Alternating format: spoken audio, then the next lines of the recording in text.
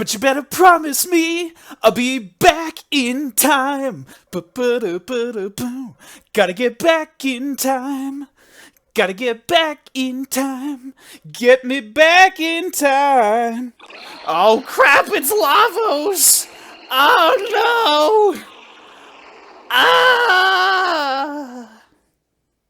I am in awe. But the podcast refused to change. Yeah, that's what I got.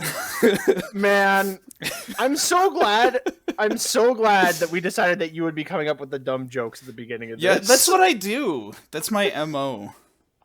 You give me like 3 weeks to prepare a lackluster joke, I can do that. Alright, so welcome back to Tradin Faves. Yeah, as you can infer from the Back to the Future music, we'll be talking about Chrono Trigger! Hooray! I'm so excited. Dude, I am so excited for us to talk about this game because this, especially playing through it with you, I adore this game. It has made me love it even more. We're gonna talk all about this darn thing, but first I want to mention something. I know I got at least one viewer here that has not played the game and intends to play the game. So regarding spoiler talk, we will not immediately, burst out with the heaviest spoilers in the game. We'll talk a little bit about stuff in like a very general way so that you guys can listen along. And then somewhere down the line, we'll put in a little time code, skip to this point to avoid the spoiler.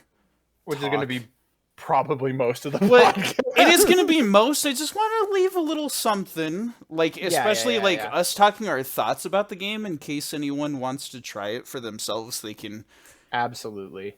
They can hear what this nobody on the internet has to say about it. Exactly. But yeah, so we will let you guys know when the spoiler thing is going to happen. And then, so that way you don't miss out and think like, oh, but I don't know what they're doing next time. Like, we'll also put like a skip point so that way you can hear the ending as well. But that's that. So, Chrono Trigger. This is the first of our games on this podcast that you have shown to me. Yes. Oh my goodness. Like I said, as soon as we conceived this idea of sharing games back and forth, this was the immediate first one I thought of. That I was like, we need to sit down and play this together because I think you would like it. This is a pretty interesting one. We've got our own separate histories on this one, because this was not a game that either of us grew up playing. Nope. So let's say first, let's have you talk about your history with the game since you found it first. Yeah, I have kind of a weird history with this game. But like, okay, so the beginning of this, because I think I'd like vaguely known that Chrono Trigger existed. I think I have like this blurry memory of Chrono being in Super Smash Flash, but like that was a thing. I forgot about that, but that was a thing. Chrono was in Super Smash Flash. Yeah, but like I don't remember anything about his moveset or anything. I don't either. And yeah, well, and the thing was because like that was back in the days of like I think before Brawl came out, and so I was like, oh, Sonic's in a Smash Bros. Game playing as him. Yeah. It was the best we had. Yeah, it definitely was. It was fun. But I do remember two of my friends actually were like, hey, dude, this game is really good. You need to play it. And like I always do when I get a recommendation, I said, sure, let me add it to the list, and then promptly forgot about it. But like I knew like I'd heard good things about it. I didn't really know much about it other than there was a guy that was a frog on the box art, and I was like, that's cool. But then the game kind of went off my radar for a good while. And then I just happened to be in GameStop. And as you do, you look at the used games to see what kind of like weird, obscure gem is sitting in the bargain bin. Mm-hmm. And I found a copy of the DS port for Chrono Trigger. It was like $12. And so I was like, $12 for this game that I'm told is really good? Yeah, I'll buy that.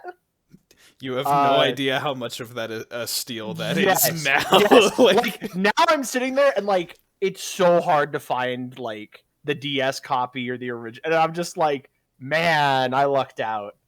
Well, and to be fair, the DS is the more affordable one between the two. The original, you got to pay upwards of $200 to get the original. Yeah. But at the time, it was like when the DS was phasing out and the 3DS was coming in.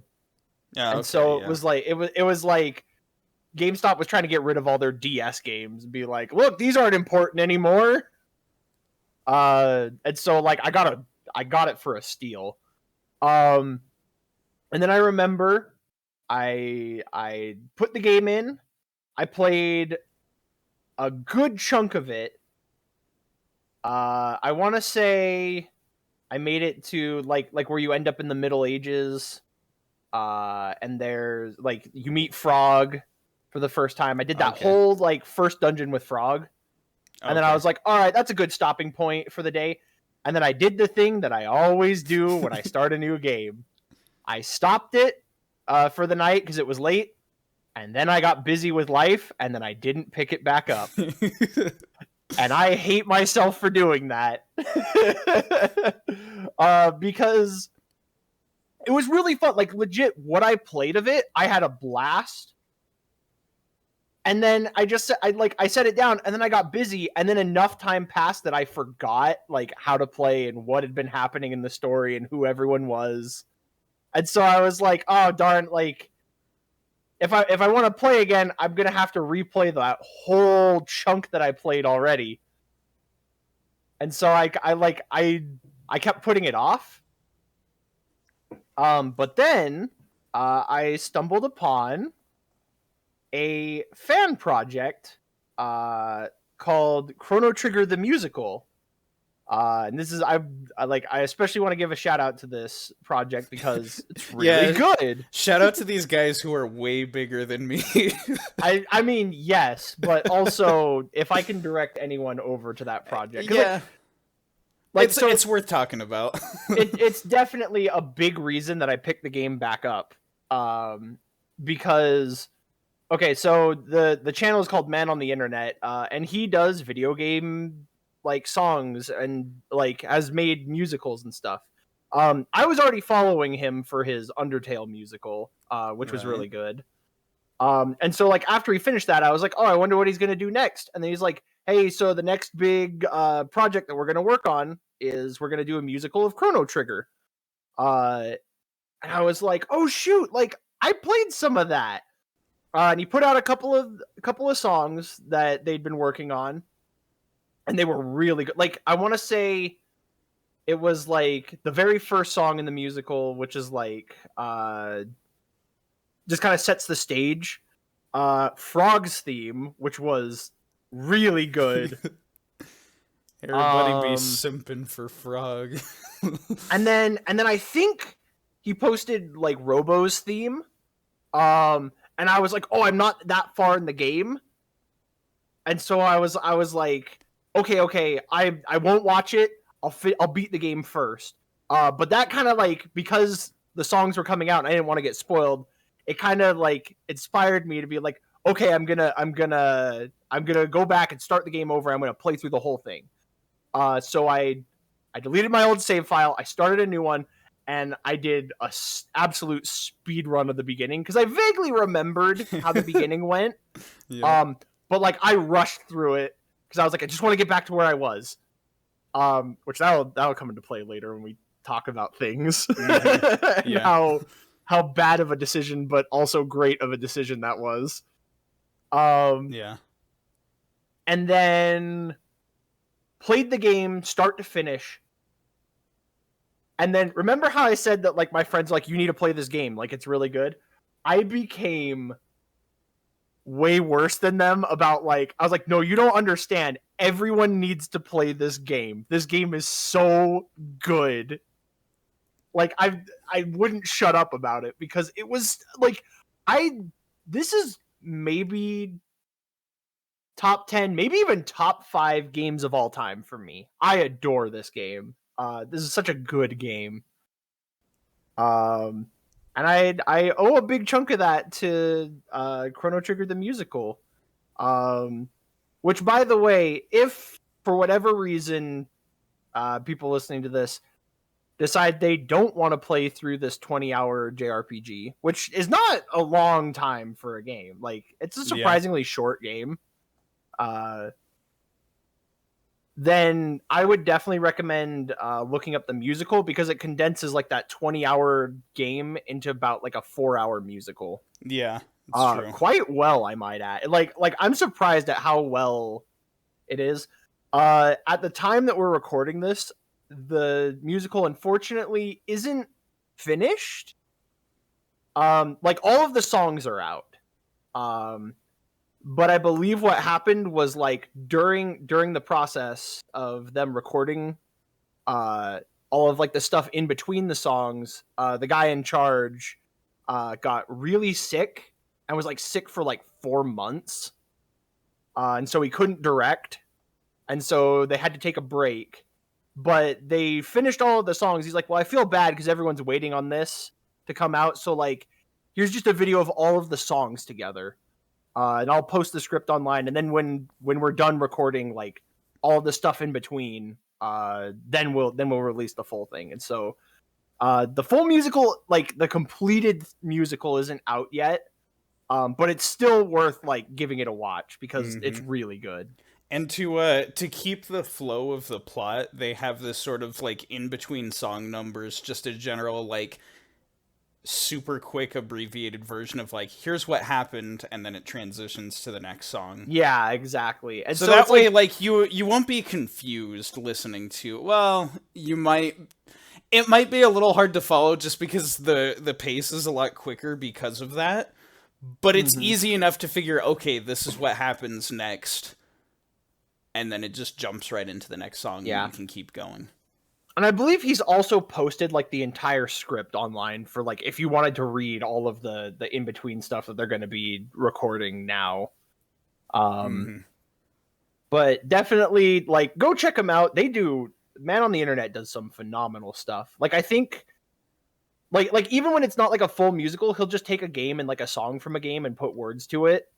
And they're super entertaining. I think recently he did a Hollow Knight song, and I was like, I haven't even played this game, and I'm already a fan of this music. I wonder if Hollow Knight's going to be one of the ones on here, because I didn't play it. I watched Steven play through that could be one, but it's fun. like it was good. Yeah, I think you'd have a more fulfilling experience watching him play through it than me, but probably because I know I watched him play a little bit of it, and I was like, "Ooh, this looks yeah. cool." But it was pretty good, all things Awesome. considered. Yeah. So there's that. So the only reason I joke about us pushing people away from my channel to go check out somebody who's more popular than me, in the hype for talking about Chrono Trigger, I did forget to mention my channel has officially surpassed 100 subscribers. Hey, congrats, so that's a neat bro! little thing. Congrats to the only the 20 of you that actually listened to this. I'm pretty sure a lot of you didn't click the bell. And that's why I'm not getting 100 views consistently. But you know what? I'm not mad. I'm not in this for the E-fame. This is just a way to entertain myself. But yeah, as it currently stands, my channel has 103 subscribers. So Super cool. I didn't know that. I'm very thankful to those of you that are enjoying my content. Those of you that just subscribed and then forgot that you did and never see my content. Like, I'm not really butthurt if you guys want to unsubscribe either, since you're not watching my video. That's the thing. Lately, I've been, like, unsubbing from a lot of YouTubers just because I don't have time to watch their stuff, so I'm not mad about it one way or the other. But it's a fun little milestone. So instead of celebrating with that with me, go check out Man on the Internet, Chrono Trigger the musical. It's a good time. Yeah. Anyway. Yeah. So that was your amazing experience with Chrono Trigger. There's some other elements of the background. I think these might unlock a few memories for you, in case you forgot about these. I'd completely forgotten about Smash Flash, which was... Yeah. That was one I remembered it like minutes before we started recording. I was Yeah. like, oh yeah! Now that's the thing, like, I don't remember Chrono, how he plays or anything like that, but the thing I remember is the announcer that they had for the game was like a 14-year-old girl or something. And I remember the way she said Chrono's name on the menu. And so it was like, okay, that's how I know we aren't making this up. I remember that at least. Oh my goodness. Yeah, anyways, so the main thing, us not growing up with a Super Nintendo and the internet kind of just being these untamed wild lands for much of our childhood.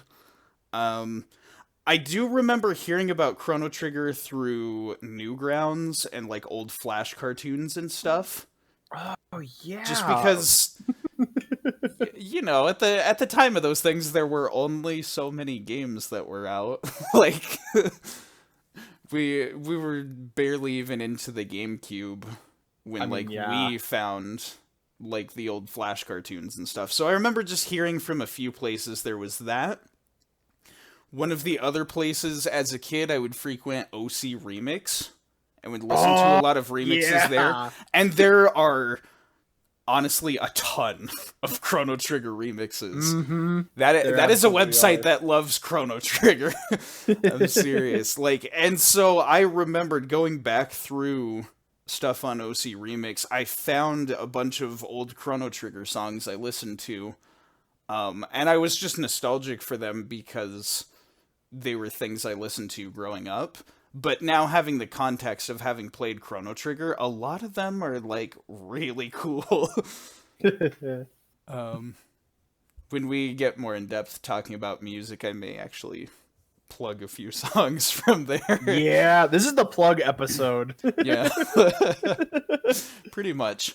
But yeah, generally growing up in my knowledge of the internet and YouTube and everything, I always knew in the back of my head that Chrono Trigger existed. It was this mystical, unfathomable, perfect RPG.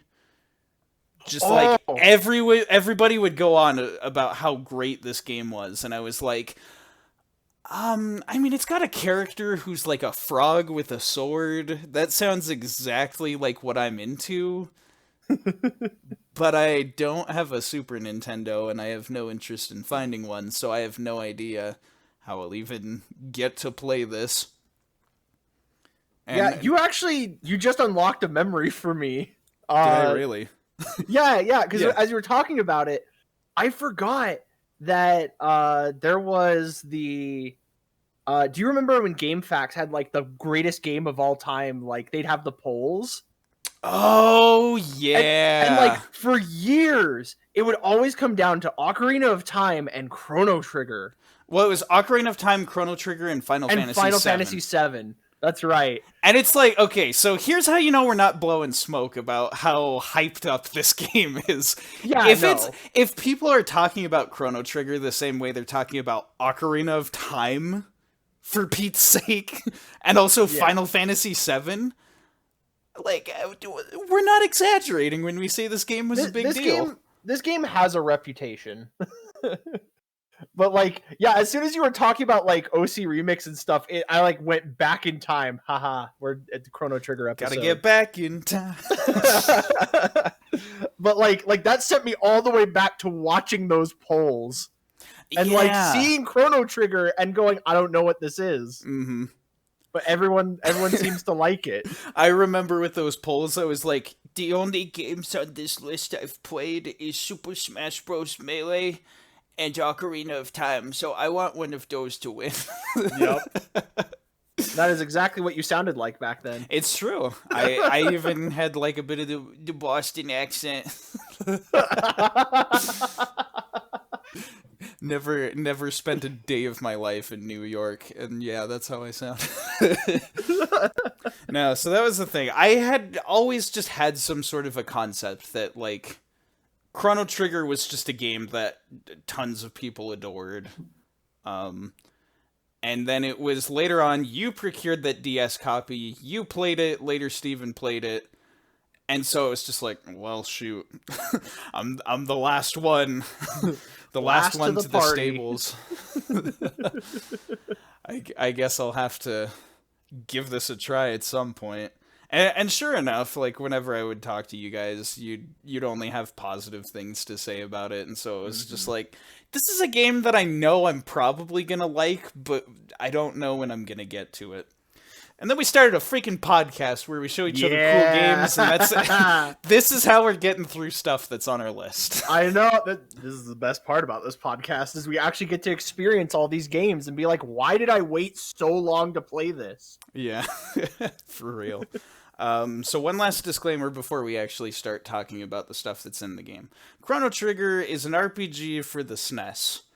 And obviously that means there's not going to be voice acting for billions upon billions of lines of dialogue. Because there's just not, space for that on the cartridge. So because there's no voice acting or anything like that, there is no indication of how character names or certain things are pronounced. And I have never seen, I have not seen any two players that agree with pronunciation on every character's name. Not even me and David. Nope. I'm that's terrible gonna be a thing. Because I would pronounce it one way, and then the musical would pronounce it a different way, and then you would pronounce it different from both from of either. Those. And I was just like, okay, I'll just adapt to whatever makes you comfortable, so you have a good experience. But yeah, now I start cycling through I will say, Magus, Magus, and Magus all in a row. Now I just feel like whichever one you enjoy. Here's the thing about that particular character's name. This is how I see it. Broke Magus. That's the grossest sounding one. It sounds like maggot. I don't like that pronunciation one bit. Woke is Magus because it at least kind of sounds like a name and it doesn't sound like maggot, so it's not gross. And then Bespoke is Magus because it's got mage in it and he's a magical dude, so it makes sense to me. This has been our educational segment of the podcast. You're welcome, kids. Don't worry, we haven't gotten to spoilers yet. You can keep listening. Please, keep listening. Yeah, so that's just going to be a thing, we're going to talk about stuff, and you might not even know what we're talking about, even though you've played through the game 20 times, because we pronounce it differently. Just try to stick with us. I'm gonna be all over the place with the way I say names. Especially because in your situation of having your own way of thinking the names, listening to the musical, listening to me pronounce them differently, and then cycling from all of those. Yeah, no, I just spin the roulette wheel. I'm like, what is it this time? Can I say, that is the one thing I really don't like about old RPGs, is that there's no proper, word of God, this is how character name is pronounced, and you have to accept that because I made the darn game. You just can't find those for old Super Nintendo games. Well, and then there comes the question of is it a localization thing? Because yeah, and that's the thing too. The Masamune, the sword, and then it's it's pronounced Masamune in Japanese. In Japanese, but I speak English, and that follows English grammar. I speak English and pronounce it like an Englishman. So yeah, so that's just a fun little My feelings on RPGs with no voice acting. But we'll do our best, darn it. Um, okay, so all that stuff off the table now. Let's actually talk about this darn game. Let's talk about this game. I love this game. We actually I don't love have this like game. transition themes for Nope. for each segment. We're not like Arlo Cast. This doesn't come from Patreon money. This comes from blood, sweat, and tears. This comes from us being like, let's sit down and talk about stuff we love for several hours. This episode of Tradin Faves is brought to you by my own blood, sweat, and tears. Yeah. And David. Yeah, I'm here too. Yeah. All right. Okay. So first I guess impressions. starting off, first impressions. What were you thinking going into this game? So right off the bat, the first thing that immediately catches you about Chrono Trigger is that the art style is done by Akira Toriyama, who is famously known for being the Dragon Ball artist. He made Goku, guys. It's Made pretty Goku. great. And then He he made actually him... gave birth to Goku. Yeah. He gave birth to him from his mind. I'm bringing a really weird energy into this episode. I'm so sorry. It's... You know what, though? Chrono Trigger is a really weird game. So... It defies everything about the role-playing game fantasy genre setting. But yeah, trying to grip this restless kitten and steer it back on track. The art style is done by Akira Toriyama, famous for Dragon Ball and not really famous for anything else. In my opinion, he should be more famous for this game than Dragon Ball, but that's that's a whole nother discussion. He made Goku, and then he made Goku with red hair and gave him a sword and was like, this is a different character. Entirely different. Yeah. Not even close to the same. And then he made Bulma but made her brown, and he's like, this is Luca, an entirely different character. Brown with purple. No. Yeah, Bulma still has the purple hair. Bulma's hair doesn't make any sense in Dragon Ball. It never I just will. had to say that. We'll do a podcast episode on like Dragon Ball Fighters or some crap, and then we can get out our feelings on Dragon Ball. Yeah. But that's the thing. Akira Toriyama has this really striking and very distinct art style that is super cool. And the cool thing about Chrono Trigger is that it goes into a bit more like different environments. All the human characters look like Dragon Ball characters. It's just pretty normal. Like he has a very definitive style. The thing that sets Chrono Trigger apart from Dragon Ball Z is the other settings. Because this game's about time travel, you get all kinds of stuff. You get like far in the ancient past with dinosaurs, far into the future with robots. You get like magical monsters and things. And we really can't dance around the fact that there is a frog with a sword, and that is just a character that, like, I love this character, you love this character, the internet is nuts for this character. He's so cool. Not only that, but like he stands out the most of like any other character in the entire game as like, this is so different from what Akira Toriyama usually does. Mm-hmm. Not even just in the game. Out of anything Akira Toriyama has made, Frog is a very distinct character. Yeah. Because, like, I look at him and I'm like, I can see little pieces of, like, the Namekian frogs from Dragon Ball. Yeah. But, like, even then, he's still different and unique enough that he's just his own thing. Mm-hmm. The art style really just... It exudes this charm. That, like, you look at this and you're like, it's familiar because it looks like Dragon Ball, but then it's also, like, kind of a step above it. Because it's got this whole fantasy, time travel-y setting, and so you're like, we're just gonna get to see a lot of really interesting, varied characters. Mm-hmm. In terms of, like, the actual in-game graphics, it's Super Nintendo, which was the era when people were really trying to, you know, like... make something nice to look at because they couldn't until the Super Nintendo. Yeah. Like, I don't know. No one's gonna fault you for saying that design-wise, Super Mario Bros. Is extremely brilliant. But like in terms of the visuals, it's real crusty. It don't look so good. There's um, a reason that like Super Mario World just looks better because it's more colorful and uh, bright. they just have that power. And now that said, with the SNES being like the step up from the NES, there still are some games that look better than others that take Hmm. advantage of the graphics a lot more. And I will honestly say Chrono Trigger is one of those games that really it really makes its mark with the graphics. If we're talking strictly just overworld like character sprites, environment sprites, it's a very beautiful looking game. Um the environments especially are something that really stood out to me. Yeah, So much so that like sometimes it's kind of hard to like know where you're going and find what is the intended path because there's just so much like good looking scenery everywhere. I can't begin to count the number of times that like you started walking. I'm like, dude, there's a treasure chest over there, and you're like, wait, what?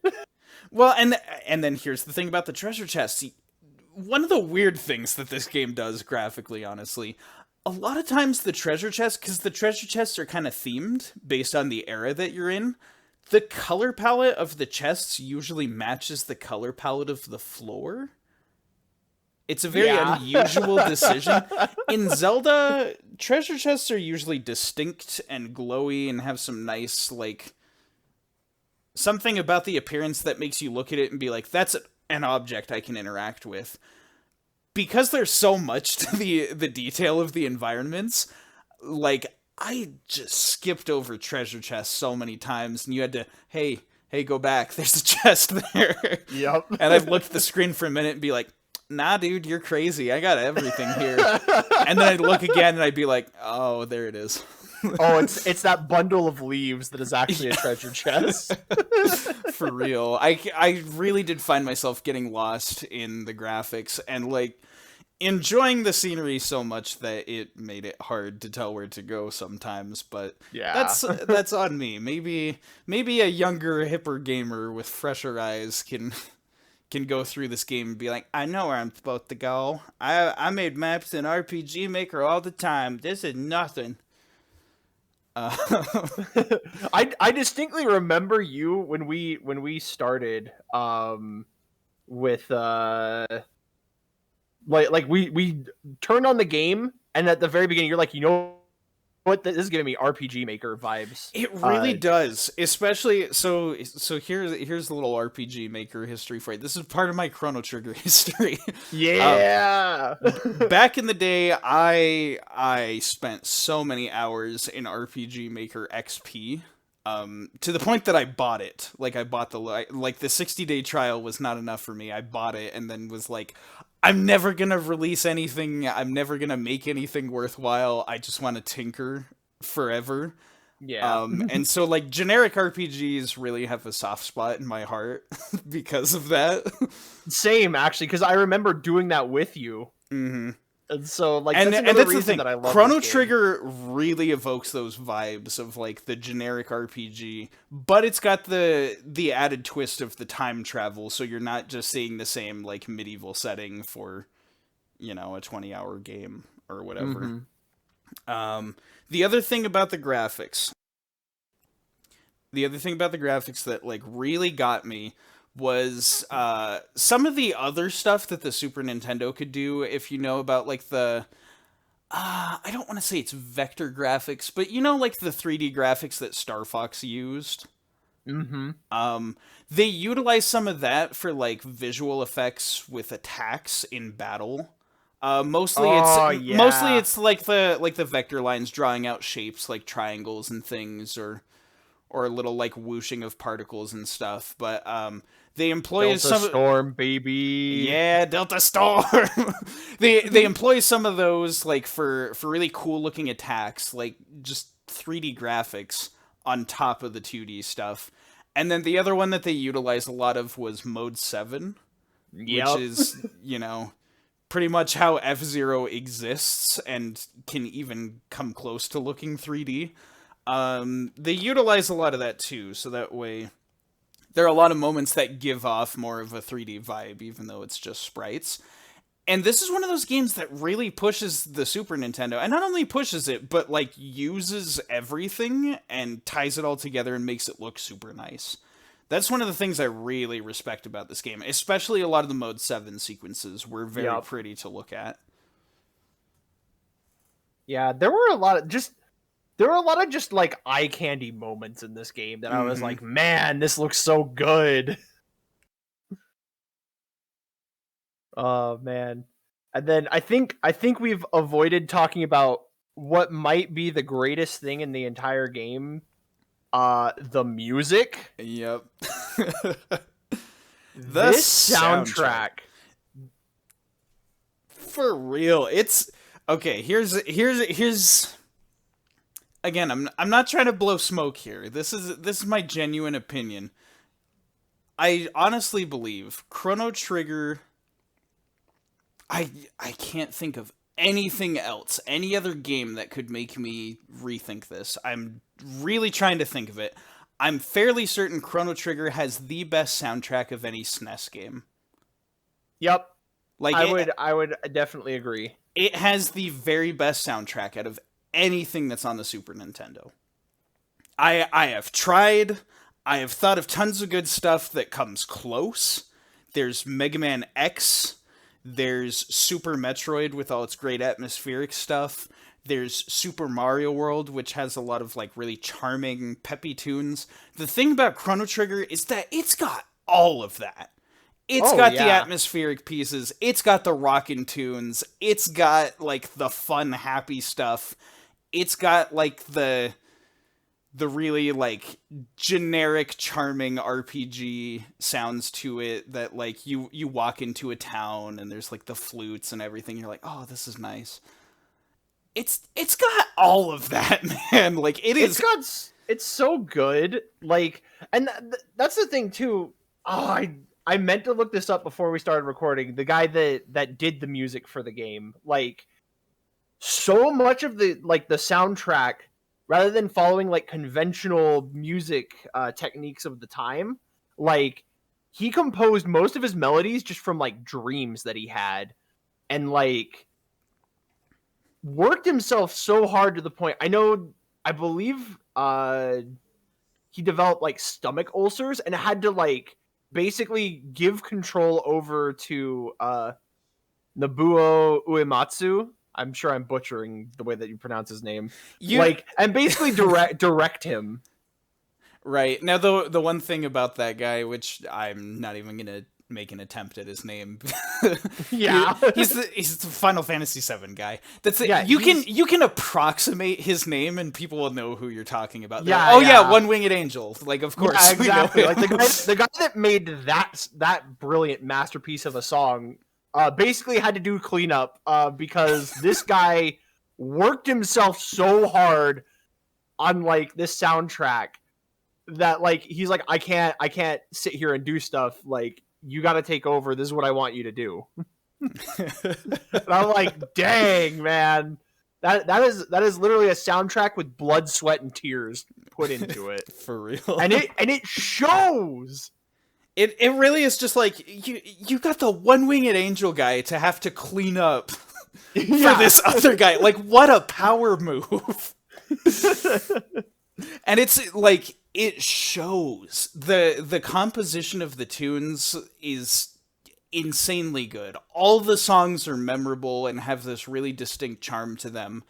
And it's not even like a oh, the composition's good so you can make up for the fact that like the sound font isn't good. Like nah, the instrument choices are good. Everything about it like makes the most out of the Super Nintendo. I think it's a comparison. So here's another beloved Super Nintendo game.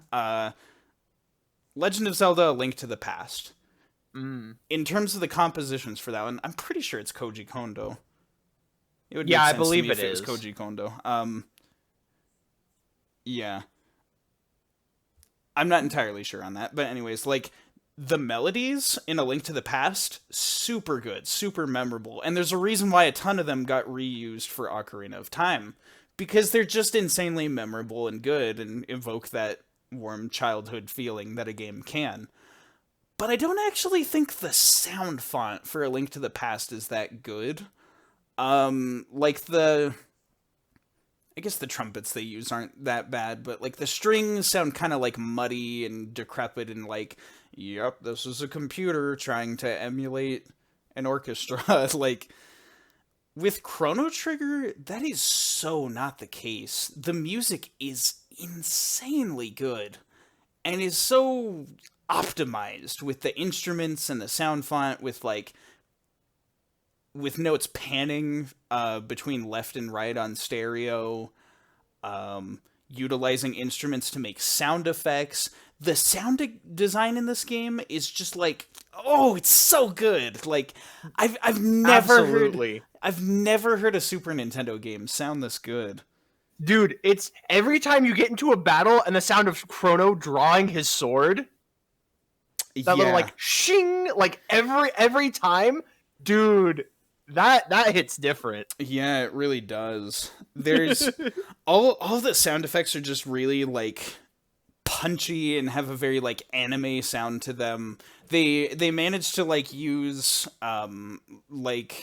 they managed to use the Super Nintendo reproduction of guitars and things to make like monster roars, and they're all like super effective and really charming. It's mind-blowing. The only other Super Nintendo game that I think even like kinda comes in the realm of touching this, well, okay, the only two that I can think of, Super Metroid and Mega Man X. Mega Man X is more like just the soundtrack, sound design in general for Super Metroid. Those two are both really good, but like I'm not even kidding. Chrono Trigger takes it to a whole nother level with this soundtrack. It makes sense to me why OC Remix was just like, we gotta do 1 billion remixes of Corridors of Time. We gotta just like, I don't care who's done it. You done a remix of this, do another one. You done it, you haven't, do one anyway. Like, you've never played this game, do one anyway. It's I so good. looked up the name of the composer. It's Yasunori Mitsuda. Yasunori Mitsuda, yeah.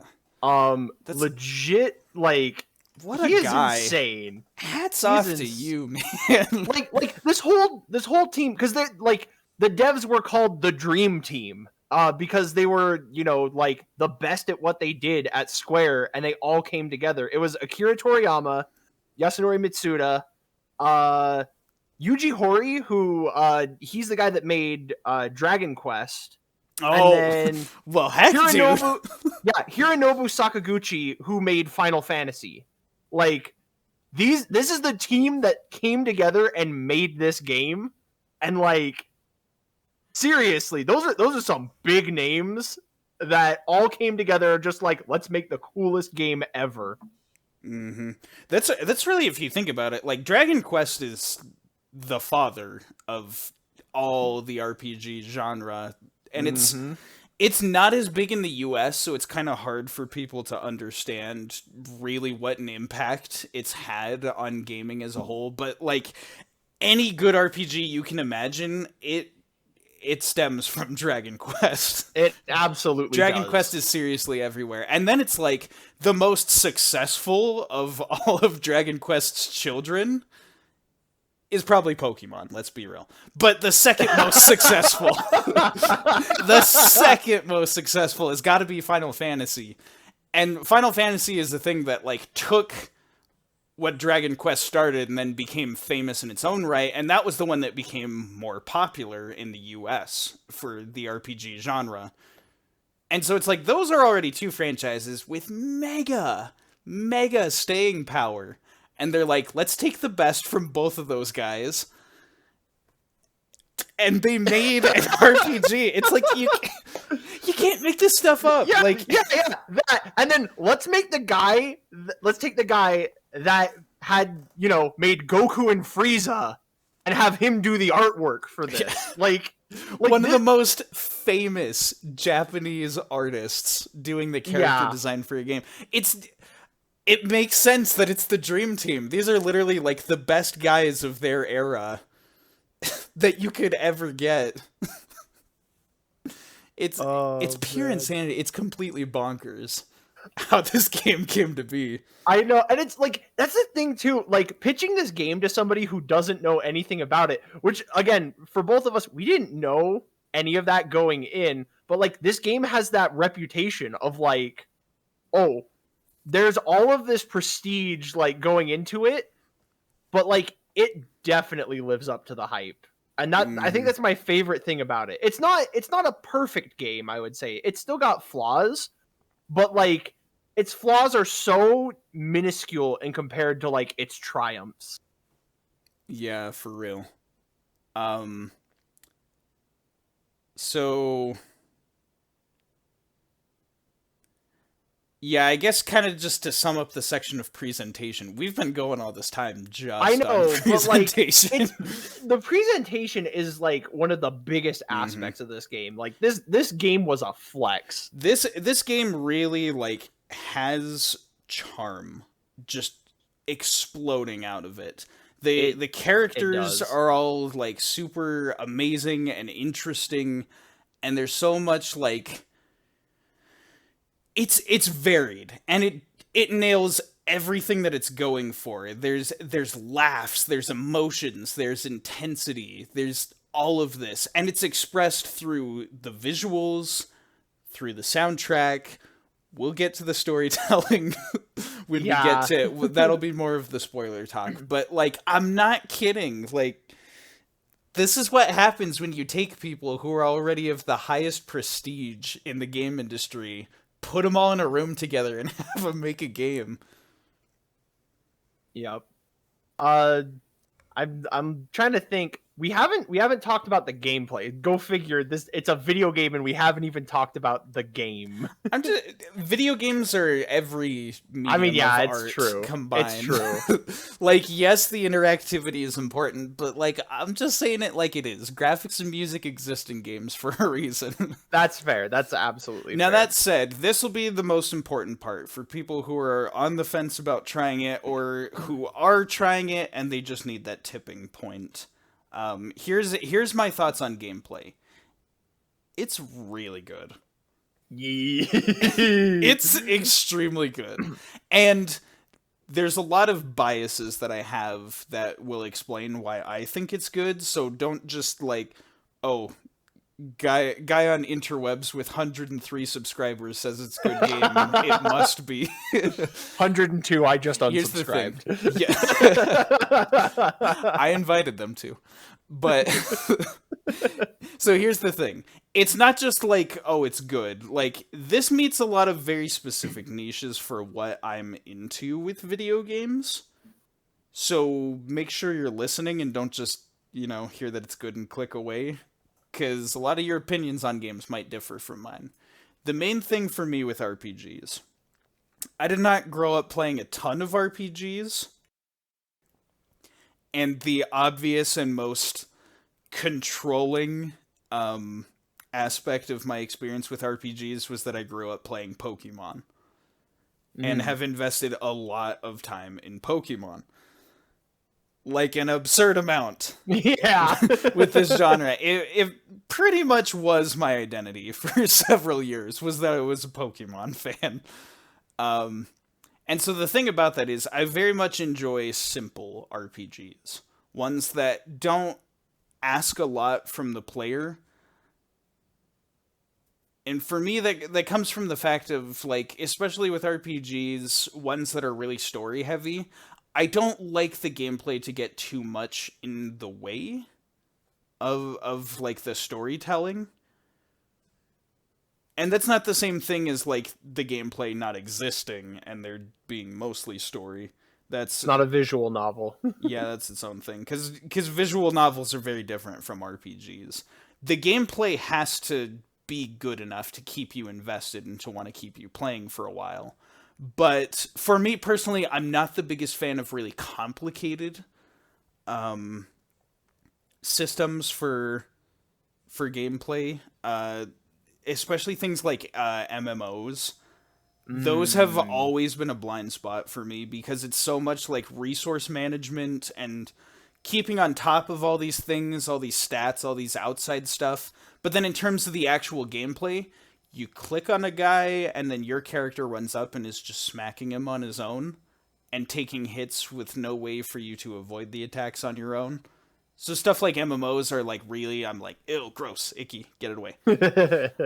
I don't like RPGs that tend to be more along those lines. So when I say that Chrono Trigger's gameplay is simple, you're probably listening to that and thinking, okay, so it's like Pokemon, like you know, putting square peg in square hole, matching colors. The most like a 3-year-old could play through this. Now here's where Chrono Trigger kind of differs from Pokemon, and this is something that I like. It's very simple. It has sort of a Final Fantasy, like there's a meter that fills up, and then when it's full, your character that's in the party can do an action. They can attack, cast a spell, or use an item. And those 3 actions are all you can do. And with that, even though it's very simple, the framework, it allows you to do a ton of things. So it's not like Pokemon in the sense where, like, oh, this is your guy standing there, enemy standing there, push the A button to select an attack, and they do it. One of the most important you go things, back and forth. Yeah. One of the most important things about the gameplay is that your position on the map actually matters. You can't move your character, but you have attacks that will attack within a certain radius. And so if enemies are standing next to each other, you can use like your Cyclone move, which is like a big spinny move, and it'll catch not just the enemy you select, but everyone that's in the circle, and will hit them too. You have attacks that will go in a straight line and hit anything that's in a line. And so with all these moves you have to look at the situation, look at the way the enemy behaves, and react based on that. And so it's genius. It's honestly genius.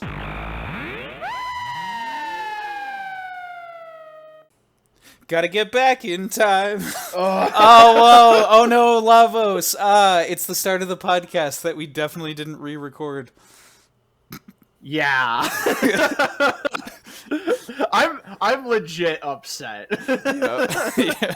Okay, so everybody listening at home wondering the sudden change in tone.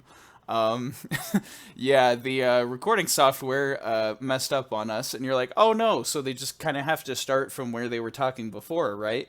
But here's the thing. We didn't know that the recording software messed up and recorded, like, Like another, like, it was about 2 or 3 hours. 2.5 hours of Yeah. extra content just talking about the rest of the game, and we weren't even through the script, and then we noticed it wasn't recording. So, it was such a fun conversation, and we had so many like good points when we were talking, and then we lost it all, and I'm just like, oh man. Yeah, so we only had up to the first hour of that whole podcast we recorded.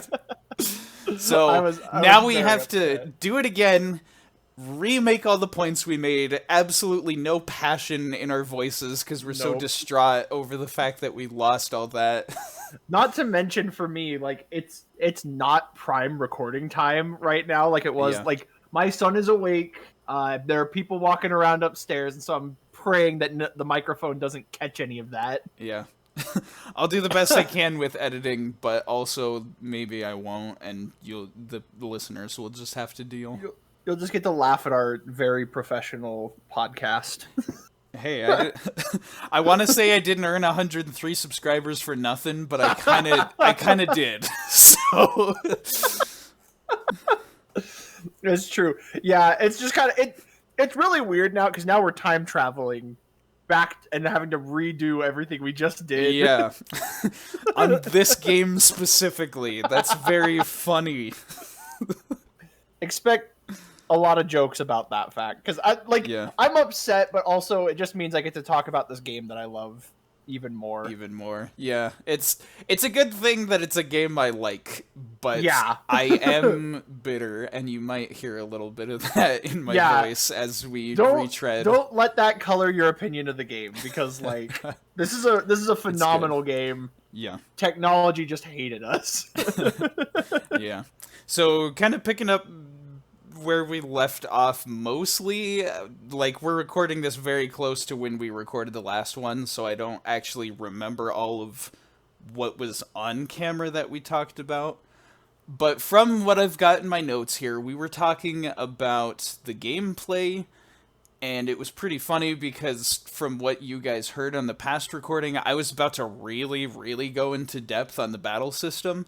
And and having the power of hindsight, I think this was kind of a blessing because I don't think I needed to go that in depth, especially just to pitch the game to people that might want to try it. Yeah.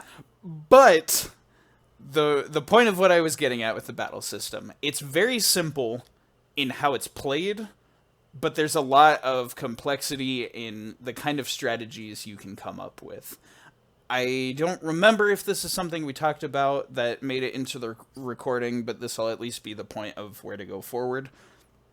One of the best things about the battle system and the different party members that you have is you get team attacks, and they're all very distinct between each of the teammates, which, one, that's just a good way to encourage you to try out all the different party members and see what kind of different combinations you can get.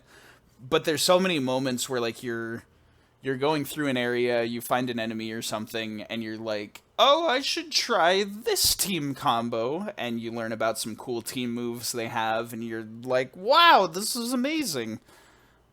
And you get that for like every party member. Each combo has a set of team attacks. You can do team attacks between two of them, and when you level up your characters enough and get enough of their moves, you can do team attacks between three party members, and there is a team attack, like a triple team attack combo for each party member that you get. And they've got a unique animation, unique effects for most of them. So it's just really cool. Yeah. There's an absurd amount of variety in this battle system, and yet it's all extremely simple and easy to manage. Well, not only that, I don't know if I said this last time, but like I also feel like the characters' personalities really shine in the team attacks and like how they play off of each other. Yeah. They do a lot of good ways to make it so like that character is adding something distinct, and it's Like what makes the team attack worth it. like a very specific example of that is like you combine like Frog's his water spell with like one of Isla's attacks, and so he just like lifts her up in a bubble, and she's just sitting in there, and then like the bubble pops and she body slams the opponent. Yeah. And like it's so great because it shows so much of Isla's personality. Mm-hmm. Her just sitting in this bubble. Yeah, for sure. So that's most of what I wanted to say about the gameplay. There is two other things I wanted to touch on in terms of what makes the gameplay good. So that was the battle system we were just talking about. And usually with RPGs, it's kind of one or the other. Either the battle system is everything, it's all about fighting, and then you have to do these boring overworld sections where nothing interesting happens. Or it's the other way, where they put so much like dialogue and character into the story, but then you have to tolerate the battle system to get to those story moments. RPGs can kind of be like that, where only half of the game is good. I'm happy to say in Chrono Trigger that's not the case. Both sides. Yay! Being on the overworld is fun, as well as the battle system. And the way that they keep things fresh with the overworld is that they have a lot of mini games that you get to play. The way that the game opens is you're kind of just dropped into an area with tons of mini games around you, and you're free to pick from any of them. And there's cool rewards if you choose to get through, like, do a bunch of stuff with all the mini games. If you don't want to, then you can just skip past it and get right to the next area. But it is a really great way to prep you for how much of, like, mini game stuff you'll be doing on the overworld. Because they really, like, push the boundaries in terms of, like, giving you things to interact with. And I think that's super cool. That's a very big plus that I have. Yes! I will also say the other thing that they have in this game, and this is something that is really well done, and I wish this is another reason I wish the recording didn't mess up, because I had the best way to describe it last time. But Recall the memories. yeah, if you recall, I posed this question to you, David. You remember Yes. how the final boss is handled in Breath of the Wild? I do remember. Now that you said that, I'm See, like, oh, I remember. You forgot the conversation we had, so it still sounds fresh. It's because there was so much salt obscuring my memories. Now Yeah. I'm like, oh yeah. Yes, but if you remember Breath of the Wild, the way that it does its final boss, and people consider this a very revolutionary, exciting thing that a video game would do. As soon as you get done with the tutorial, you are shown where the final boss is, and there's nothing in your path stopping you from getting there except the challenge of the final dungeon. Obviously, if you go there right at the start of the game, it's going to be extremely hard, and you're going to get your butt kicked by all the monsters. But the game isn't stopping you. As soon as you're done with that tutorial, it lets go of your hand and says, all right, you can do whatever you want. You can fight the final boss, beat the game in an hour if you're good enough, and we won't stop you. Or you can go on a whole adventure and do all this other fun stuff. And so the reason I bring up Breath of the Wild's final boss is because not only does Chrono Trigger have that same sort of a thing, where you can approach the final boss at different times, it kind of does it better than Breath of the Wild. which is the craziest thing to think about. This obscure SNES RPG from back in the day also thought of that concept. But as I said with Breath of the Wild, as soon as you're done with the tutorial, you can go fight the final boss. In Chrono Trigger, you don't even have to finish the tutorial. The game will let you take on the final boss before you've even done a single battle. I think because I think you can fight Gato. Yeah. Like you can go do that first.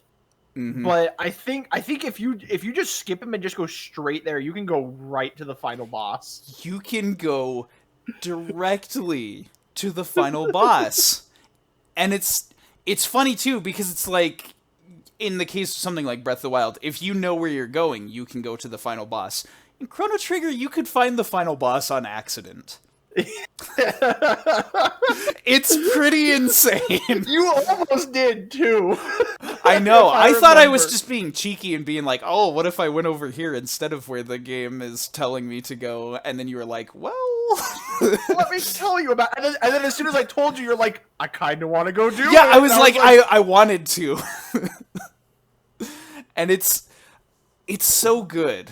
And the whole thing about the game, this is as much as I will say without getting into spoiler territory, is that where and when you choose to confront the boss is something that affects the ending that you get. There's multiple endings to this game, and based on where and when you choose to fight the final boss. And it's not like if you do it sooner, you get an easier version of it that's kind of like, oh, but like he's only level 1, so it's the full final boss fight with all the stats of an endgame adventure. He will stomp you. He will smash you into the ground, but the game will let you do that, which is pretty cool. And there is a way to beat the final boss at its earliest form, but it does require some clever thinking on your part. It really does. And that's the thing that's so cool about this game, is that it doesn't hold you by the hand and say, no, you're not tough enough to beat this powerful enemy. It will let you get destroyed by this thing. It will let you try. It will let you try, and the thing that's so cool about that is because you learn stuff as you try. And this is something I did in my playthrough, but I just wanted to see what was there, what would happen if I went to the final boss early. And every time I did get beaten, but I would see the progress I was making and how much closer I was each time to beating it. And so every time I confronted the final boss, I felt like I was learning something. And then by the point when I did everything in the game up to that point and then fought the final boss, I had a better sense of what was going on because it was like, oh, now it's going to do that thing or whatever, and now it's going to do this thing. And so it was just super cool that the game would let me do that. I haven't really seen a game with a final boss like Chrono Trigger has. Yeah. It's to kind of compare it, there's a saying, I think Matt Mercer coined it in Critical Role, but in D&D, he loved that there's the phrase "you can certainly try." Yeah, And that's my favorite thing because, like, in D&D, it's like you are not guaranteed success, but you are welcome to make an attempt. And if you're lucky, you will learn from it. And I think that kind of is kind of my feelings towards like being allowed to do that in this video game, where this boss will absolutely stomp you into the dirt if you go in unprepared, not know anything. Um, but like it was really fun watching you go through that process of like learning more about it and like getting a little bit closer each time. yeah, That like you would go, he was still insanely tough and would leave you, you would lose, right. but it was so much fun watching that growth.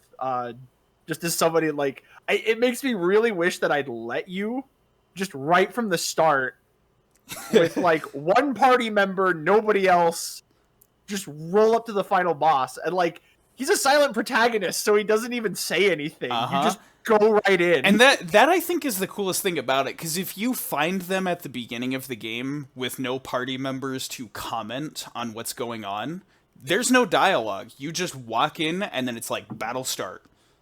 And it's like, what did I get myself into? Why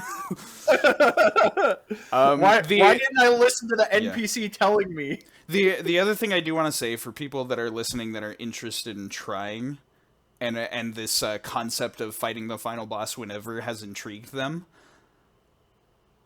I will say this. One of the cool things about this game is that when you lose to the final boss, at any point that you challenge it, when you lose to the final boss, you are given a unique game over screen that is not the Yup. same as a game over anywhere else.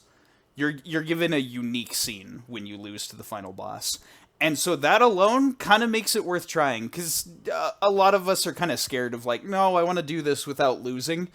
But if you're just up for like experimenting and just seeing what the game has to offer, there's actually like a pretty cool scene that happens if you lose to the final boss. Really cool, especially because like I forgot that was a thing, and so you're like, I'm gonna roll up and try and fight the final boss. And I'm like, good luck. And then you died, and then that started happening, and I was like, I forgot this was here. Mm-hmm. So it was like it was a surprise for me too. Yeah. It's just a neat little thing that they added. I love when games do that. So that, for the most part, was what I wanted to talk about. I guess there is one other thing that I should say. Probably the only real criticism I have of the gameplay is that it is pretty easy to become overpowered. Yeah. We definitely did that. Right. Well, because we were doing everything. We were, like, getting all the side quests and being real thorough about, like, finding the rare loot and stuff. I wanted to make sure you got the full experience that this game had Right. to offer. And I am glad. Like, I didn't mind a bit being overpowered, but for anybody that's, like, worried about, like, oh, should I have to grind or whatever, if you stop to grind at any point, you'll probably make the rest of the game easier. Yeah.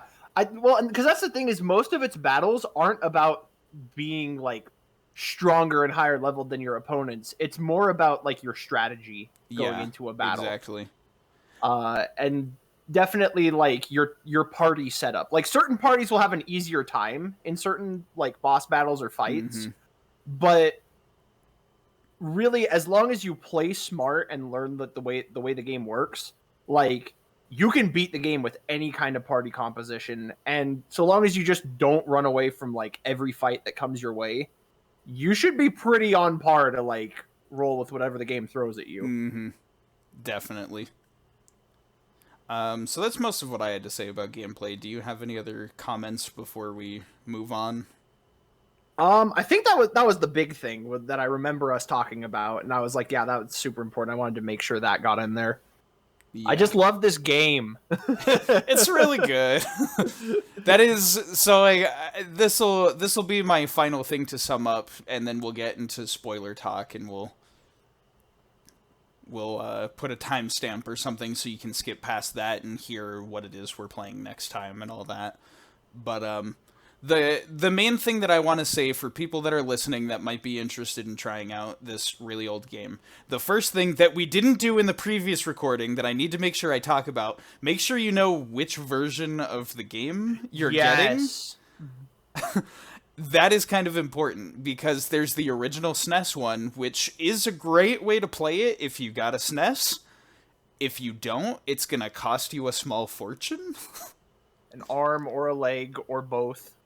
And it's also fair to note that if you play the original, or even if you decide, oh, I'm just gonna do an emulator or whatever, there are quality of life changes that are made in later versions of the game, but there's some give and take to all of them. So that is something to consider. So there's the SNES version, the one that we played, and personally the one that I'm glad I played most was the DS version. Yeah. I would say because the Steam port has a lot of issues, and in fact ruins one puzzle in my opinion because it's not the same Right. as like the older versions. Um, the DS version, it has everything the game has to offer. It runs great. Um, it has the revised translation in the script, which I think is better. Mm-hmm. And it has the animated cutscenes. And if you don't like the animated cutscenes, you can just turn them off. Yeah, that's a thing too. Now there is a PS1 version of the game, which also has the animated cutscene. So if you've got a PS1, it might be easier to get your hands on that. The only thing that I've heard about the PS1 version that's kind of sketchy is there's load times now. Yeah, it's the load times are like the biggest turnoff for me. Yeah, because of the game originally being on SNES or the version that's on DS, those are cartridge-based games, so the load times are lightning fast. You'll never have problems. With the PS1 version, you're going to get some load times, and they do start to, like, add up to that total play time. So that's something to be cautious about, but it does have the animated cutscenes and some of the little things that are touched up. I will say, if your only option is the Steam version, I've heard that like the Steam version is good enough. They've patched out a lot of the bugs. Yeah, that's the main thing I heard is that there were patches, and it was a couple of patches, so it's not unplayable. And I think one of the criticisms that I heard about the Steam port, and I'm very blind as to the ways of the Steam because I just played it on DS. But one of the things I have heard about Steam is that it has what they call updated graphics, but it's mostly just like they put a horrible filter on the sprites. They just traced the sprites. It looks so bad. And so like the visuals don't look as good. It was a port of the mobile version, which is the worst version you can play. Yeah.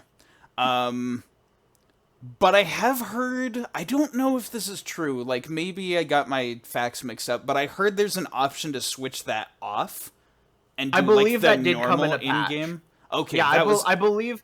I don't know if it defaults to it, but I know there's an option to switch it, and that should definitely be the first thing you do if you play the Steam version. So that was the thing for me when I was looking into trying. Oh, I got some sound. Sorry, I there was some noise, and I was like, "What was that?" That's fine. Well, see, we can edit. I probably won't. This is going in the video. Anyway, you were saying. Yeah. So when I was looking for which version to try, I heard about the Steam port before a lot of these patches came out and when a lot of people were salty about it. And most of what's on the internet talking about the Steam port is stuff from that era. So it could be better. It could be worth a try. But if you want something that's guaranteed to be good, on the one hand, the one thing about the DS version, it adds content to the game that most like longtime fans of Chrono Trigger aren't as big a fan of, but it's completely optional and you can skip it, and it doesn't even let you know that it's there until you've beaten the game. Yeah. So that's something that's completely passable. Also, it's on a DS. Yeah. So that's a tiny little screen. The portability is really nice, but you've got to have like a DS or a 3DS to play it on. Mm-hmm. Which can be a little bit like, no, I want to play this like sitting in a chair at a screen or something, or like on a couch. So that's something to consider. If you want more of the gaming experience, then maybe the SNES PS1 or the Steam The version Steam. has what you're looking for. I mean, Tradin Faves podcast does not necessarily encourage piracy, Yeah. but if you've got a legit way to get a ROM, then you can find a DS emulator pretty easily, and that's another way to play it. Just make sure you actually like have paid for a physical copy. Yeah, That's that's all. important. That's always my stance. Is like you should own a physical copy before Yeah. you emulate the game. Mm-hmm.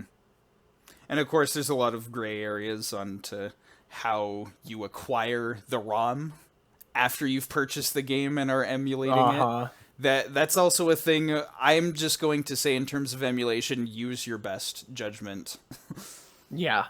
because that's the only thing I can advise on that. But that is the thing also, if you want to play the DS version but still have a more comfortable gaming experience, you can do it that way too.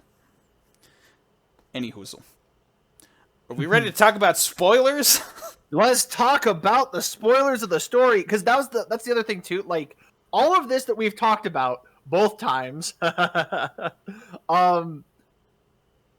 like all of these points are such good parts of the game.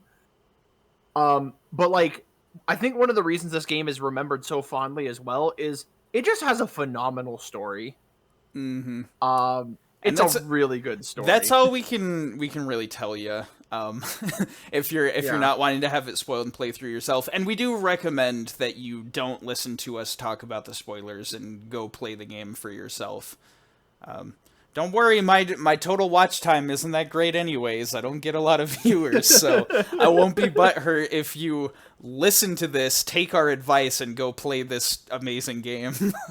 Yeah, and I'll say, like, if that's how you choose to do it, like if you listen to us talk about this all the way through, and then think like, oh wow, like I kind of wish I hadn't, because that sounds like a lot of fun. Like you can still go and play through. Like this is a game that is meant to be played multiple times. Mm-hmm. I think we do this disclaimer every time. Yeah, I've been thinking about I it with know. Super Metroid and Metroid Fusion. I'm pretty sure we said the same thing. Like, if you listen to us all the way through but still want to try it, that's cool too. Like, Yeah, I guess because it's but we're interesting. saying we strongly recommend with this one. Yeah, your experience will definitely be heightened if you go in blind, because like Mm-hmm. there are some crazy twists in the story that like have made this game very special to me, that Yeah. I did not see coming, and like I go back and I think about on a constant basis. Yeah, for sure. So, with that said, as we get into our spoiler talk, we'll put up like a timestamp or a little thing saying skip to this part of the video so you can hear the end of the podcast. And for those that have played the game or just going to keep listening, let's talk about the story. Skip here to avoid spoilers. Yeah. So first off, I thought about this. What is just your overall opinion of the story? Like just in general of the like, story. Like, yeah. Generally speaking, I have this to say. I think the way the story is told, it revolves around a lot of cliches. So it's not exactly anything new. And like the characters are all kind of like based on things that like we've seen in tropes in other fantasy and sci-fi settings and things. It's stuff that has all been done before, but it's absolutely done right in Chrono Trigger, and that's the best thing about it. It I would takes a lot also- of these oh. cliches that we're familiar with in other versions of media and kind of puts them on display in the best way. There are some surprises as well. There are some things that's like, oh, I didn't expect them to take the story this route or whatever. There are definitely some pleasant surprises, but on the whole, like, whether or not it's something that you're familiar with in any form of storytelling, it's done in a very pleasant, charming way in this game, and that's something that I think really can't be ignored. I would also say that like those cliches get a little bit of a pass because this is such an old game. Like, Yeah. it was a pioneer of a lot of those tropes, and it's the reason that those tropes were so popular. It's true. This game did invent a lot of fantasy RPG tropes that people have less wanna successfully tried to ape. I want to say that this was one of the very first games that had a New Game Plus. Actually, I think it was the game that invented New Game Plus. Is it really? That's I super cool, believe so. Because I may be wrong. endings. I may be wrong. Fact check me if I'm wrong, but I'm pretty sure it's the game that invented the concept of New Game Plus. Yeah, which like I was saying, because this game has multiple endings, like it's a really cool feature. And Because it definitely especially encourages you to go back and to replay and see all of the different endings. yeah, and the New Game Plus is the best way to do that because by that point you're not having to redo everything at the base without any of your skills and slowly work your way back up. You've got everything from the start, and now you can just like breeze through the challenge, but go look for what's different on your second playthrough, which is super cool. But yeah, so the way that we wanted to discuss the story last time was we figured we would talk about like the locations, and just like briefly like any points of interest in that, and then like anything like then we would talk about like the characters and stuff. Remind me not to forget, because we actually didn't put it in the notes. Do you remember I forget what it's called, but the snow area during the Chrono side quest? The Death's Peak. Death's Peak. We didn't talk about that last time. Remind me Yeah, that we should talk about that. Okay, Like, when okay. we- I'll make a note of it. I have it kind of in here under the Kingdom of Zeal, but Okay. Yeah, then that's good enough. But yeah, I remember that. See, this is why it's kind of cool that we had a test recording. it's weird because like some of the passion isn't there because I'm not hearing you like your thoughts on this like for the first time. Yeah, it's then- not but then, it's not like- spontaneous. This is weird. But we have hindsight. It's kind of like time travel. Anyway. Just bring up a counter for every time we make a time travel joke about the fact that we're doing this again. If you got the patience for it. But yeah, so the first thing, because I remember you had a lot to say about this the last Yeah, time. I we did had it. a ton to say about the opening to the game, and I'm The not sure I Millennial need Fair. to get into all of it a second time. But I do kind of have some things I would like to say 'cause about it. That's kind of, I feel it's worth mentioning because it was so unique to our playthrough. Yeah. Yeah, and that was the main thing was the opening to this game gives you a lot of freedom in how you go about doing things, which is a lot of fun. So it opens with obviously it opens with Chrono in bed or whatever, and Mom's like, "Hey, wake up," and then she's like, "Don't cause any trouble," and then you go to the fair. Yeah. And then, so at the fair, there's all the different mini games that you can play, and you can look around and do different stuff. You can earn your silver points to buy prizes. I think this is a super cool way to get you into the game rather than starting you with a fight or something. And it's like, with the fair, there is the Gato fight. Like you said, it's in the back if you go looking for it.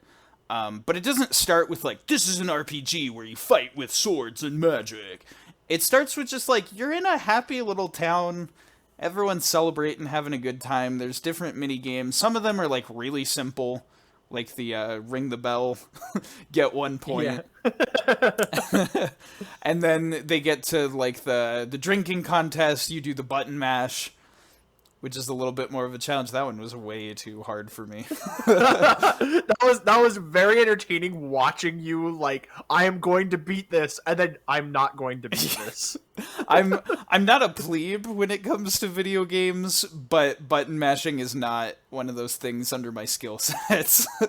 I'm not the best at button mashing, and so it was kind of funny that they had that. But they got like just a fun variety, and I feel like this is the best way to ease you into the concept of like, hey, on the overworld, there's going to be mini games, and this is going to be a thing that happens all throughout the game, so you can kind of get yourself used to this. I think that's a really cool thing. The main thing about the fair, I'm gonna find a way to try and condense this rant that I went into from last time. But you gotta understand, we were doing this, it was kind of funny because I did the thing to get the doll. And you did a good job of making me not think that it was going to be something that was important to the plot later. Yes. You're just like, no, it's a cute little prize. And I was like, oh, I'm glad I did that to get this cute little prize. And I'm over here like laughing silently to myself, going, he's gonna lose it when he finds out how important that is. Mute the mic and snicker. But yeah, so there was that. There was the doll thing, and we just went ahead and got that then, which was a good way to handle routing, so I didn't have to go back and get it later. But then it was funny because I was like, is there anything else that's even worth doing here? And you're like, well, not really. The only other thing you can get is you get a second cat. And immediately, my ears perked up. I was like, a second cat? It's like, PCM wants to know your location. Yeah, so this is kind of the funny little thing about me. As many of my friends will know, I'm kind of a cat enthusiast. It borders on obsessive. I like cats, okay? And so whenever a game does that, where it includes a little, like a little Easter egg that involves a cat of some kind, I want to do it because I really like cats. It's just kind of a thing about me. And I feel like a lot of times games will include stuff with dogs. And I'm not dissing dogs. I love me some dogs. Dogs are great. Dogs are nice. But I feel like there's a lot of stuff in games that has to do with dogs, and not as many, like, Easter eggs or little side things that involve cats. And so for me, it's kind of just a personal thing where I like to look for those moments in games that have, like, little things I can do that involve cats. It's just kind of something that, like, brings a smile to my face. And so, like, finding out that, like, in this game our protagonist has a pet cat, I was like, that's really cool. Finding out that I could do something to get a second cat, I was like, holy smokes, I gotta! And I, like, went on a mad dash to rack up as many silver points as I could. It was so funny because you were like about to give up. Yeah, because I hadn't told you. I hadn't told you what the prize was. I got stuck on the mini game where you got to keep the monsters from getting past the gate. I got stuck on that, and I was like not having a fun time doing it, and so I was like, I think I'm just gonna give up. And I was like, what's the prize even? You're like, it's the second cat. And I was like, I'm gonna do this until I get the cat. Like, without missing a beat, I just immediately went into serious gamer mode and was like, I'm getting that cat. And it was so funny. So funny, like the 180 of you were like, I'm done, I don't want to do this, to like, I am going to do this. There's a cat on the line. This is important. And it was, like, specifically you mentioned that it would affect the ending. Like, oh, if you get a certain ending, like, your cats will be there at the ending. And I was like, that's important to me because that's the end of the game.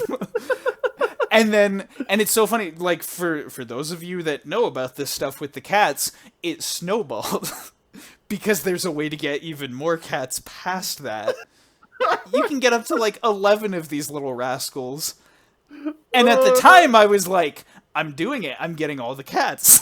And it was so funny, because, like, from the moment you're like, well, I gotta get the second cat, I was sitting there and being like, Should Do I tell him about the rest of the cats? You're like, what have I done? Because when we were doing that first play session, we had the entire day. Neither of us had work, nothing going on. So we had the whole day, and I spent half of it Yeah. just playing carnival games for cats. And as soon as you told me that RNG was involved, and especially that there was, like, a way to lose the cats that I already had, I was like, okay, I'll stop. Yeah. But Well, it created something so funny that the way, like, you play the mini games, after you get the second cat, you earn cat food. And that's a chance to get more cats, but if you run out of cat food, then you can lose cats. And the way the algorithm is set up is that it runs that protocol every time you walk into the fair. And so every time from that point onwards, for the rest of the playthrough, anytime I set foot in, I was like, I'm gonna lose my cats. No, I don't want to be here. It was so fun. Like, it would be the most direct route, and you'd be like, is there a different way I can go? Better way? Can we go through the end of time or something? Like, I'm like, dude, just go. just go into the fair. What was killing me, what was so funny, is like, you ended up with 4 cats. Yeah, I like, ended by up with the end. more than I thought I would have. Like, because you were just doodling around, and then you're just like, there's a 4th cat here. There's And I was another like, cat. How do you keep getting more? How do you not lose them? We haven't been playing the games. Oh, man. And that's the big thing about that Easter egg. It's not just that it's an Easter egg that involves cats. It's the fact that it's so funny. Like, Oh, dude. there is so much comedy potential that comes from having so many cats in your house. Dude. I really like that. But yeah, Oh, that man. was a very entertaining bit of the game for me. Yeah, same, honestly. Like, I was getting fed up with the mini games at a point, but it was just so funny.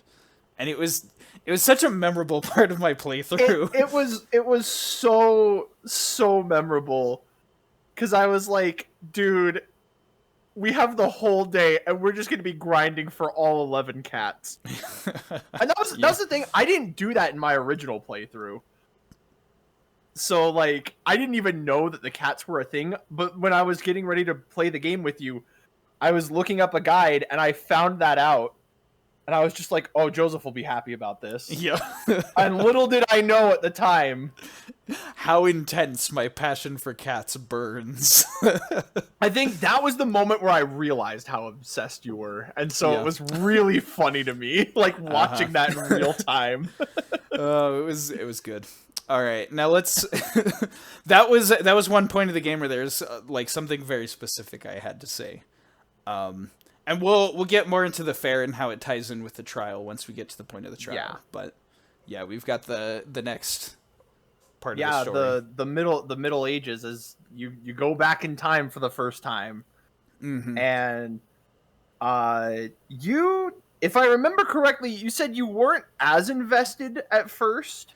I wasn't invested the first time we went to the Middle Ages, at least completely, for the reason that with RPGs, the medieval setting is one of the most common settings.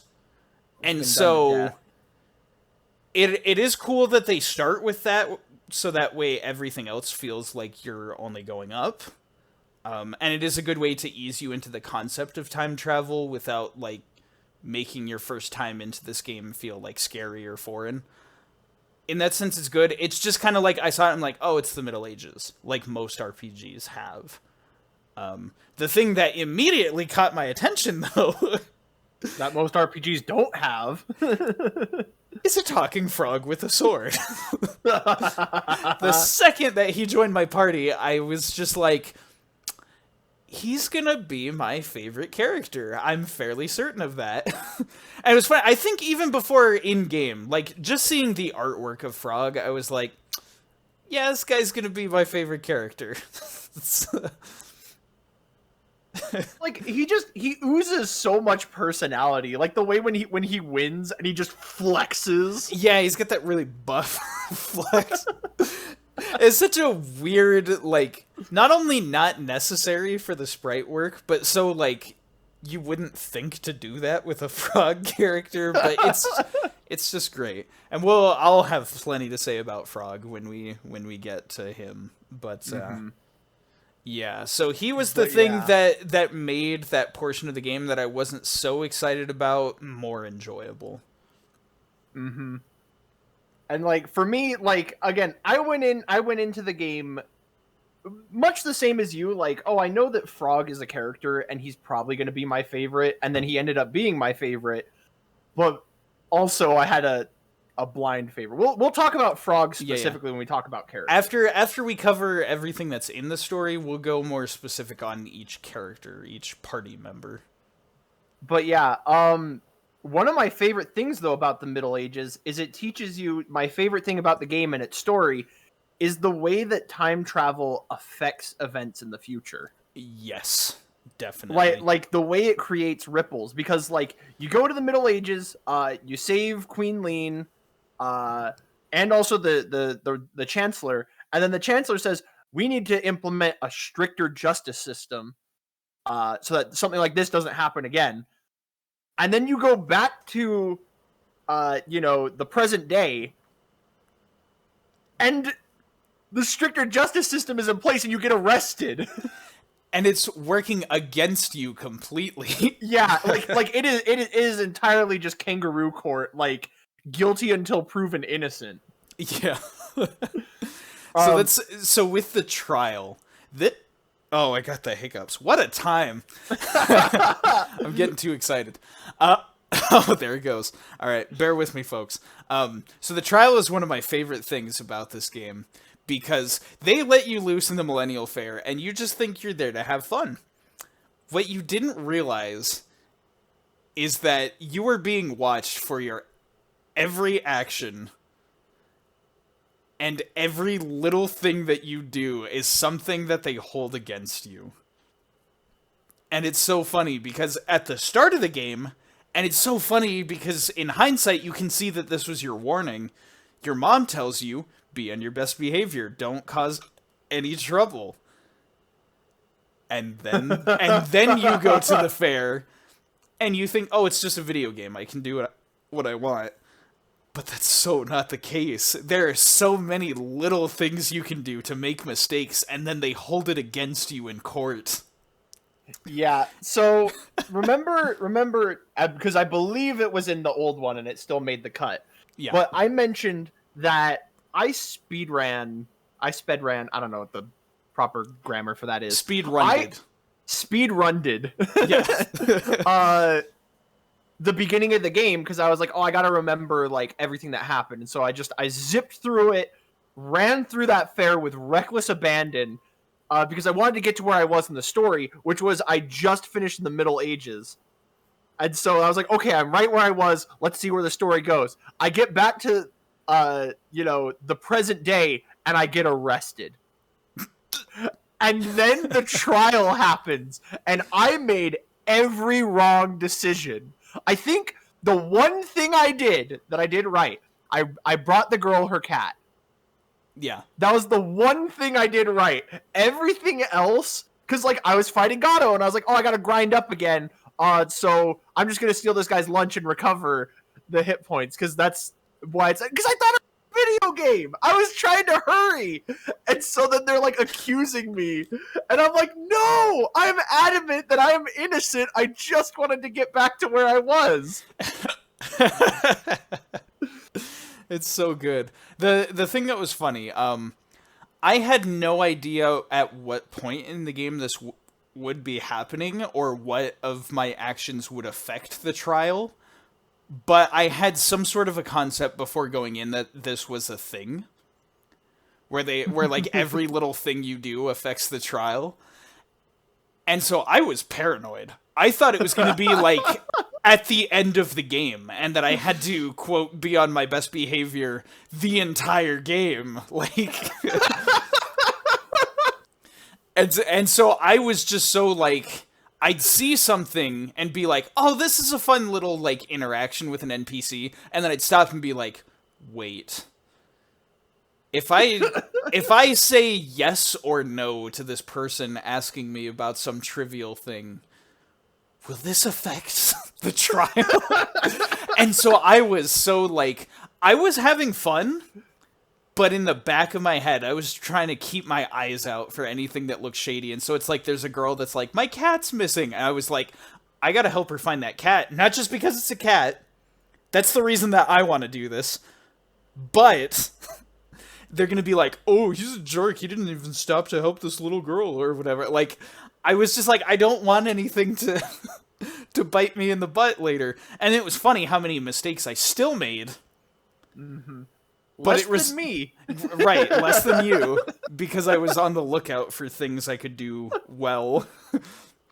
And the cool thing about it is that for me, it resulted in a not guilty verdict.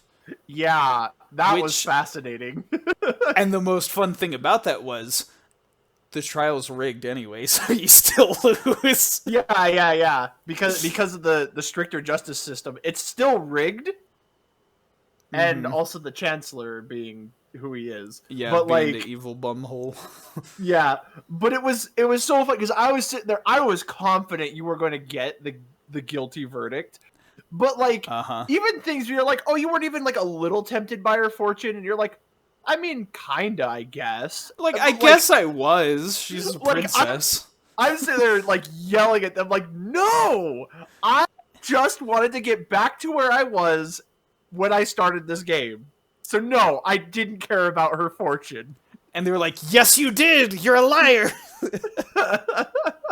It's so good. It was so great. It's the perfect witch hunt, honestly.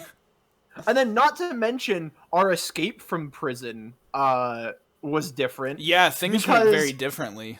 Because I broke out, because I'm like, all right, I need something to interact with. And so I, like, knocked on the bars, and then the guard came in and I knocked him out. And I was just like, I guess I'm a fugitive now. And so, like, I fought my way out. You, on the other hand, like, I think when like, I said something and you're like, well, I'm going to wait it out then. I want to see what happens. And so we got, like, this whole scene that plays out where, like, your head is on the chopping block. Yep. And literally right before you die, Luca busts in and saves you. Mm-hmm. The main thing that I was looking for, because, like, once I figured that out, I was like, oh, hey, time's passing. Should I just break out? And then, like, you kind of explained to me, like, you can wait in the cell or you can break out. And something will happen if you wait your full, like, 3-day sentence.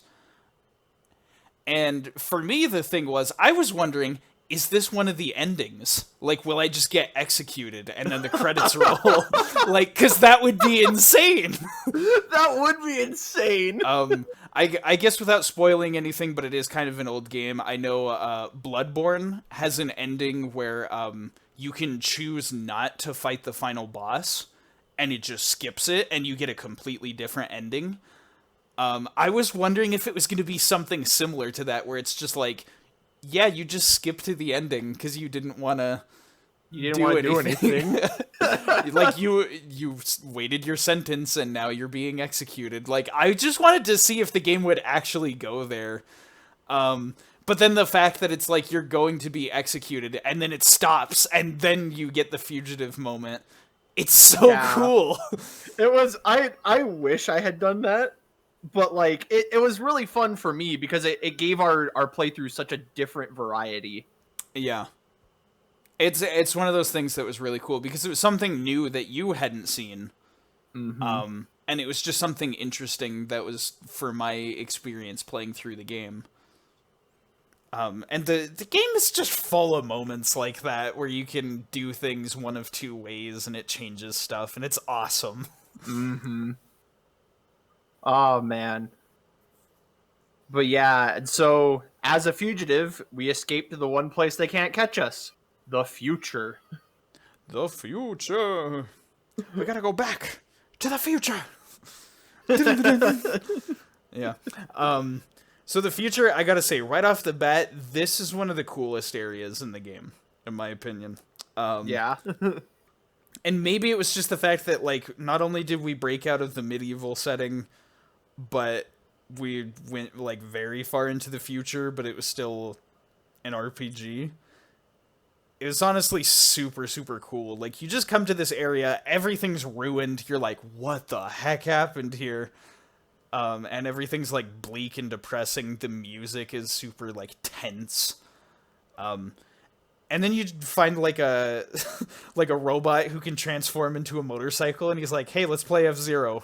That was the other thing too, was when I was like, is Joseph gonna be this way for every mini game? Right, because Like, I was really persistent about trying to get the best times on the racing game and everything. yeah, and I was like, dude, there's like, we're gonna go, like, I'm saying, like, we're gonna go meet Robo, we're gonna go meet Lavos, We're like, gonna do all this, like, more cool stuff. but you were like so invested in, Right. in this, racing this robot. I think part of the thing as well about doing that, I wasn't sure if that was just gonna be the other minigame, and then there would never be minigames, like, again. Gotcha. Because that's how most games are. They don't have minigames in every area you go to.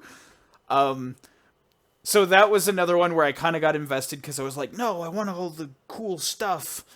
And then I realized how hard it was and I had to give up. But Johnny put you in your place. yeah, he really did. He's like, all right, you can beat me in a race as a way of getting to and from different parts of town, but there's no way in heck you'll beat me by a lot. It'll be a photo finish, if anything. Yeah, pretty much. But it was a lot of fun. I think that was one of the cases where the game really made a nice use of the Mode 7 graphics. Yeah. I remember watching you. The music was straight up F-Zero. They had the rock organ in the do do do do do do do do do do do do do do. It's so hype. It's really good. It was one of those moments I really liked. So let's see what else. What else was there in the future? Then it's we learned about Lavos. right. And You get to see the video of him destroying the world, and you're like, what the? That's one of my favorite moments because from that point on, like the Middle Ages and the trial is there to teach you about like time travel and the way you can affect the future.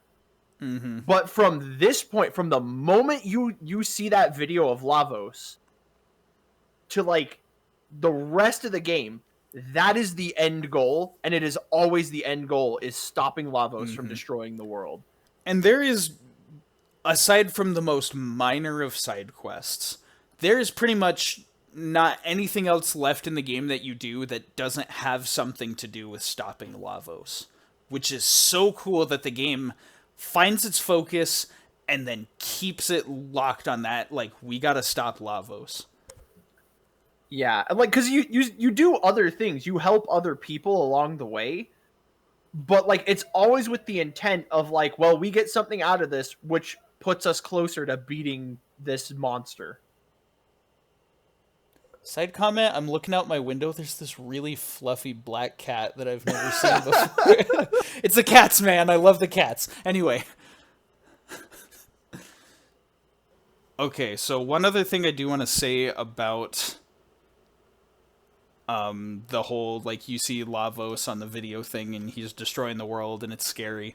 The other thing that's cool about that is that when you get that secret game over where you lose to Lavos, that is made even better by that moment because you see it happening, you're like, this is the thing we saw in the video, oh crap. Like, Watch it. We did screw up. You watch the whole thing play out and the world end. And not to mention like that line on that game over screen of like, but the future refused to change. Like it's not game over. It is you, like, no matter what you do, you will fail. It's powerful. It's so good. I love it. Yeah. So then after that, that's when you get Robo, right? Yep, you do get to meet Robo. That one's super cool. Boy. We'll go more in depth on on meeting because Robo. there's some good Robo moments. Yeah, for sure. But from there you go to the end of time. I don't have as much to say about the End of Time other than just it's a really neat area. Yeah. I really like it. There's something really charming about the End of Time when you go there in between, like trying to get from one place to another. It just feels like a place where you can take a breath and not be worried about anything. It feels like a safe haven. It really does. And like, I mean, that's exactly what it is like all your party members are sitting there chilling and you just get to like wander around. You talk to them, their theme song plays. There's Specchio. Yeah. Good old Specchio. That one, I'm glad I didn't fall for his little, like, do I look strong or weak? Because I like, he posed me that question, I'm like, I bet you're strong. Just I because, bet you're like, stronger than you look. I'm like, I know better than to judge by size in an RPG. Yeah. And then he was like, I'm as strong as you are. And I was like, oh, he would have roasted anyone that said he looked weak. Yup. I love Specchio so much. I think from there, I know we go back to the Middle Ages, but then we went to prehistory, to the Stone Age.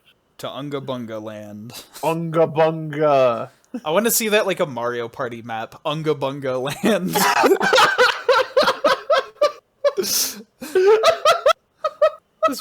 That'd be fun. I'm convinced now that I'm so glad we had to re-record this just because you said that. Cool. Glad I saved it. Maybe we can change the future. Yay. All right. But yeah, we get to Unga Bunga Land, and gotta say, I was expecting this to not be like the most fun area, because I don't know, it's just kind of a thing with me. I like dinosaurs, but I don't like cave people. And so I was like, oh, this is probably not going to be that interesting. They managed to make it pretty interesting. Yeah, like, all things considered. I think the biggest reason that I really enjoyed that era was actually what they did with the dinosaurs, with the reptites.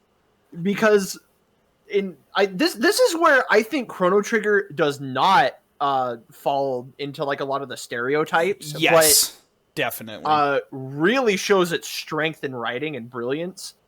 In that, like, yes, there are Unga Bunga cave people who speak in broken English. Mm-hmm. However, the dinosaurs, and maybe it's just a Jurassic Park reference to like Clever Girl, but like the dinosaurs are super intelligent. Like their leader has psychic powers. It's so amazing, the contrast between the two, and it's a great way to do the warring factions. You'd normally think, oh, the humans are the smart ones and the dinosaurs are mindless beasts. Here, the Unga Bunga people are like kind of dopey and use sticks and stones and like whatever they can get their hands on, and the reptites are all geniuses, extremely like eloquent and like philosophers, and really trying to stake their claim as the dominant species. And it's just so like, this is awesome. Well, and that was why it made so much sense for the reptites to like be like, we're superior to you, because like, and it was like the war of evolution, because like they're like, no, you guys are idiots, but by time traveling we know that the humans become the dominant species, and so it's like it creates this really interesting dynamic between the dinosaurs and the humans. And so I was like, this is really fun. Yeah, it's pretty good, honestly. Yeah. So let's see. Yeah. After, well, do you have anything else to say about prehistory? Because we do go back to it in the story as well. We do. Okay. But like that was the gist of it. Like, it's fun. Yeah. The party with everyone is fun. Skull Smash. Watching your like, just hearing you just lose all will to live when I was like, I'm challenging you to a drinking contest. I was like, I don't want to button mash. Oh man. I can't even remember because it was a while since we did that part. Do you actually like have a button mashing thing? Yeah. You button Yeah, mash and you have outdrink to Isla. you have to outdrink her. Oh man. That's that was tough. But the skull smash, drink and skull feel like smash. Oh, it's good. That's good comedy right there. It's so good. All right.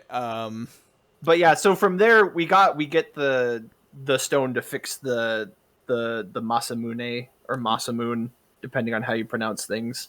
I personally like Masamune because it is a Japanese word. That's fair. That's so fair. Pronouncing it all Japanese just kind of makes sense to me. Mm-hmm. When I played the game, I read it as Masamune because I speak English, but then I was informed that is incorrect, and so I was like, okay, I'll change it. There's so much about pronunciation crap that just bothers me with RPGs. I would love a remake of this that has voice acting. Yeah, I honestly would. You can keep Chrono silent because that would add some charm to his character, but for the most part, add voice acting and proper ways to pronounce all of the things. Yeah. But then because you're able to repair the sword, you go back to the Middle Ages, and this part was really interesting to me because before you just see Frog, and you're like, oh, he's this super tough dude who's just a frog. And then you learn about his heartbreaking backstory. I was so not ready to find that he had this kind of a backstory. It's... oh, gosh. Well, we'll talk about it. Yeah. Well, because it's something very specific. I know we'll talk about him more as a character, but for me, one of the biggest things about this moment was the bait and switch where you talk to NPCs and they're like, oh, there was this great hero named Cyrus or whatever, and nobody knows what happened to him, and it leads you to believe that Frog is Cyrus. Yeah, it's a really good red herring, and it's so good how they bait and switch it, and you're like, nope, he's not Cyrus. Cyrus is gone. It's super good. I loved it. As well as, so with the stuff with the Middle Ages, that's more of the time when you're fighting Ozzy and his crew. Yeah. And they're great. He's a great bad guy. I love Ozzy. I really love Ozzy's in a pickle. Ozzy's in a pickle. It's so good. He has all of his crappy traps that you can just ignore. Things where he runs away and then he's you're in the next room and he's got a trap set up for you. Yeah. Oh man, the funniest one I think was the this might be at a later point in the game, but just since we're talking about Ozzy's traps anyways, there's the one where he's got the giant guillotine blade over the treasure chest. And he's like, oh yeah, you're gonna grab the chest and I'm gonna chop you. And what you're supposed to do is just walk around it. And he's like, oh crap, they didn't fall for it. And I believe what actually happens is an enemy walks into it and dies. Yep. Yeah. That's exactly what happens. Yeah, I think I saw a video of that or something. But what I did was I was just I'll give this one to him. I want treasure. I ran right in. He drops it, and it leaves all of your party at 1 HP. And then he's like, haha, I finally got you. And then he runs to the next room to set up another trap. But there's no fights that you can get into, so you can just... excuse me. You can just heal it off. It's so funny. It's so good. I was just like, well, that was impressive. Let's just heal myself. Moving along. It was the greatest, especially because I was sitting there, I was thinking oh, there's no way he's gonna go for the shiny, the piece of candy. There's no way he's gonna fall for it. And then you walk up, and get hit by it. And I'm like, I can't believe I found somebody who fell for it. Well, and that's the thing. I wasn't entirely like I fell for it. I saw it and I'm like I got what the trap was, but I was just like I want to see it play out. I want to see what happens. Like, all right, Ozzy, here's your Like, shot. your traps have always been bad up to this point. This is one that I'm gonna give to you and see what happens. Like, I assumed it was just gonna be like made of rubber, and he's like, "Oh, it was a bluff." I mean, kudos to him. It worked. It's just nothing can kill you at that point anyway. So it's kind of like it was a waste of his time. it's so good. Yeah, but you do the Fiend Lord heap.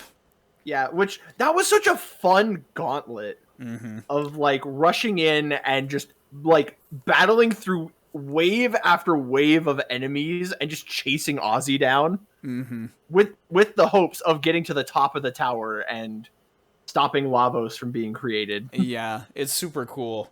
And there was the whole like that fight with Magus is just super good. Oh my goodness, I adore that It's fight. got it's got like one of the best battle tracks in the game. It's super hype. He's got like all of his screen nuke magic and everything. Yeah, that's the best thing is like all of his skills, like all of his magic is stuff that you can cast, but like he casts it at a higher level than you. Uh-huh. And it's like the fact that with Frog you can use the Masamune you got me saying it now. Masamune to lower his defense. That is something that honestly that is super cool because then it adds some meaning to using Frog in that fight. Yeah, I believe you have to use Frog. Right. I think he's set in your party, but like it's really cool how he has that utility right there. Uh-huh. And it's a strategy to help you win, especially if you're like, no, I want to use physical attacks and not spellcasters. Like that's a way that you can get around that. Not to mention. Oh, yeah, go ahead. Go ahead. Okay. Well, I'm about to steer us in another direction with this. Okay, because what I wanted to say, the other thing is that is one of the only other fights in the game that has a unique game over. Yeah, that's right. And I did die to him. I got that. Yeah, because Magus is trying to summon Lavos, and you show up to stop him. And if you lose, he turns around, goes back to summoning, and it just ends where you hear Lavos' cry. And I'm just like, oh, it's so cool. Yeah, it's a really cool game over. The other thing that is pretty great about this, we'll also be talking about this way more with the character talk, but I did have it spoiled for me that Magus could join the party, but I had no clue how. And so after I had that fight with him, I was like, did I already screw this up? Like, do I just not get him now? And so it left me like wondering the whole time, which was pretty cool. But then when the actual moment when I could get him, I was like, oh, thank goodness. But yeah, that whole moment was honestly super cool. One of my favorite parts of the game. It's one of the biggest highlights of the game, I feel. Yeah. So then after that, as I recall, you are sent back to prehistory. Yep, because the gate opens up and you end up there. Yeah. I didn't have too much to say about this segment other than that it was fun. More stuff with the reptites was great. I like lightning magic, so the fact that was the dinosaur's weakness was really cool. And the other like most noteworthy thing about that time period is that you get to ride pterodactyls, which is super cool. I do remember that because I remember when we talked about this last time how you mentioned it was like a great way to ease into like the airship, but like before then you get the dactyls. Mm-hmm. It's like you don't have to worry about all the like, oh, how do I time travel with this thing and like what does it mean and like I gotta get back to the ship. It's just like the fast travel on the world map. But like it's a great way to introduce that, and it's a fun way too. The biggest thing actually for me though with this trip to prehistory is sort of like the very end of this trip, right? On learning about Lavos' origins.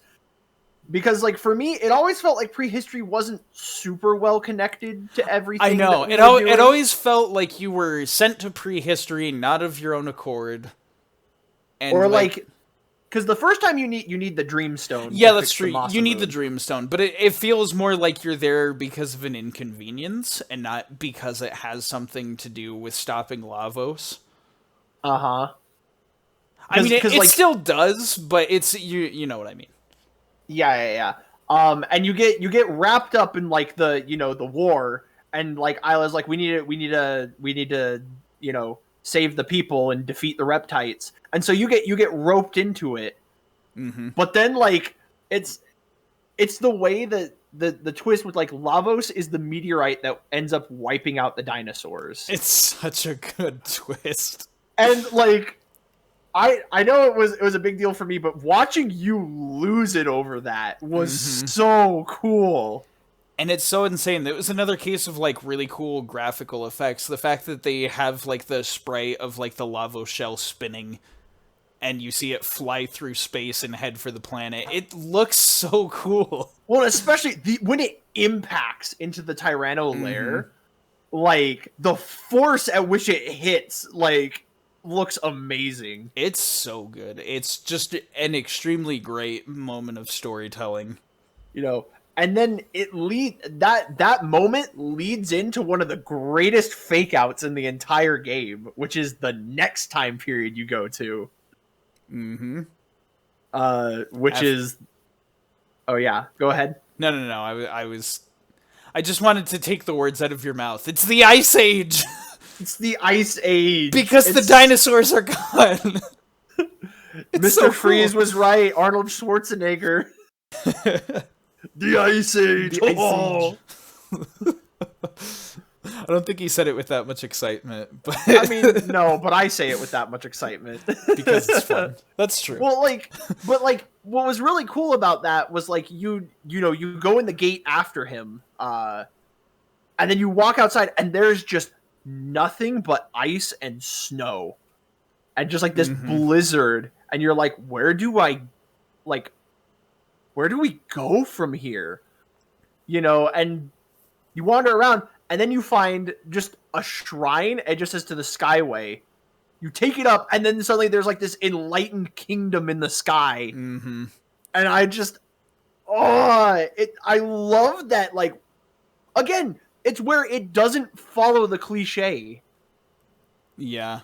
For real, it's the Kingdom of Zeal was just such a delight to find. The fact that the music is so freaking good there, and it's the whole enlightened civilization, and you get to see just all of like the crazy stuff that they've found, like, and they've been living in the clouds, and it's like, whoa, this is awesome. And then what's even cooler is that you start to learn where all of that came from. Yeah. And how they have all their magic and their cool technology and stuff because they were stealing power from Lavos. Yeah. Well, and what's neat too is we're told about this and what happens to them like way in advance when you very first talk to Specchio about magic. And he's like, "Oh yeah, there was a kingdom where magic like was the standard, but they abused that power and then ended up destroying themselves." Yeah. And like this is that kingdom. And so you go in there like, "Oh, okay." Not to mention the different classism there of like there's the the Kingdom of Zeal and then the land dwellers, and like the difference between them of like how just poor and destitute the people on the land who can't cast magic are versus like the Kingdom of Zeal is like this thriving civilization. Yeah, for sure. It was really like crazy getting to see that, and it was one of the things that helps lead into like you get more suspicious of them as you keep going, because you're like, well, why are they not like being generous and helping the people like who live on the land or whatever? And then you find it's like, oh, there's some shady crap going on here. It's great, honestly. I will say we kind of need to like get going on stuff. So if you kind of want to springboard from this into talking about the characters, because after that, the next like major plot thing, where it goes from there is kind of a big deal. Yeah. And this is the thing where like I want to put a second spoiler warning where like if you've listened up to this far and are like interested in the game, please go play the game first, because the Right. thing that happens here is like, in my opinion, the biggest twist and one of the best parts of the game. Yeah, this is really, like, we're not joking around when we're giving you a second spoiler warning. This is the biggest plot twist in the game. And Yeah. it's such an intense moment that we're like, I wouldn't want anybody to have this spoiled for them if they were interested in playing the game. So yeah, this is your last chance to go play the game for yourself. But yeah, and experience the coolness. But I'm gonna say it. yeah, 3, well, 2, I'll 1. Chrono freaking dies. dude, that it's even when you get to the Kingdom of Zeal and Janus walks up to you and he tells you like you know, like one among you will shortly perish, and then walks away, and like everyone's like, what the heck, like what's the deal with that kid? And then so much like happens in between that moment and when it actually does, like you kind of forget about it. Yeah, I definitely had forgotten that he said it, and this is a reason I appreciate the DS version for having the animated cutscenes, because during, like, with just the normal Super Nintendo game, it doesn't remind you of that at all. During the Super Nintendo, before that scene takes place, it flashes the message again, like, one of you, like, shortly after, one of you will perish. I think you said Super Nintendo. I think you mean the PlayStation and later versions during the animated version. No. In the Super Nintendo one, you don't get reminded, is what I'm saying. Yeah. In like the PS1 and onwards is like they have that animated cutscene, and it reminds you that he said that, and so you see it and you're like, what? No. Yeah. That moment hit me really hard. And like as I've just thought about this game, that moment in particular stands as like the pinnacle, cuz I don't think I've ever seen a game where they would kill off their main character. That wasn't like you know, the ending of the game or whatever, for like a tragic ending. Like there's still more of the game to go after this point. But like they killed off their main character, and to top it all off, the character is a silent protagonist. So he is the audience surrogate into the world. And I've never seen a game do anything like that before. Yeah, for real. And the thing too is that like you are not given time to grieve. Because they throw so many things at you of like the ocean palace sinking, and like the you know, Dalton tries to like wrest control over like in the power vacuum, and like then you deal with Magus and the aftermath of that, you know, and all of this like you're not given time to like properly grieve over what has happened. Yeah, it's insane. And the fact that from that point on, because you've always had to play as Chrono up to that point, and then the game is suddenly like, hey, you get to choose who's the main character now. You can put anyone in your party and play as anyone. And it's like, oh, it's sad, but it's so like, well, now I can play as Frog. That's cool. I wish Chrono didn't have to die so I could do that, but that's cool. Yeah. And that's the thing too. Do we want to go into talking about the characters and their side quests?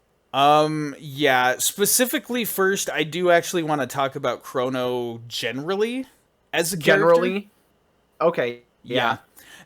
So the more I've had time to think about it, I actually kind of do like the fact that he is a silent protagonist and just like the audience surrogate character, because that makes the fact that him dying, it kind of hits harder because you're not expecting it.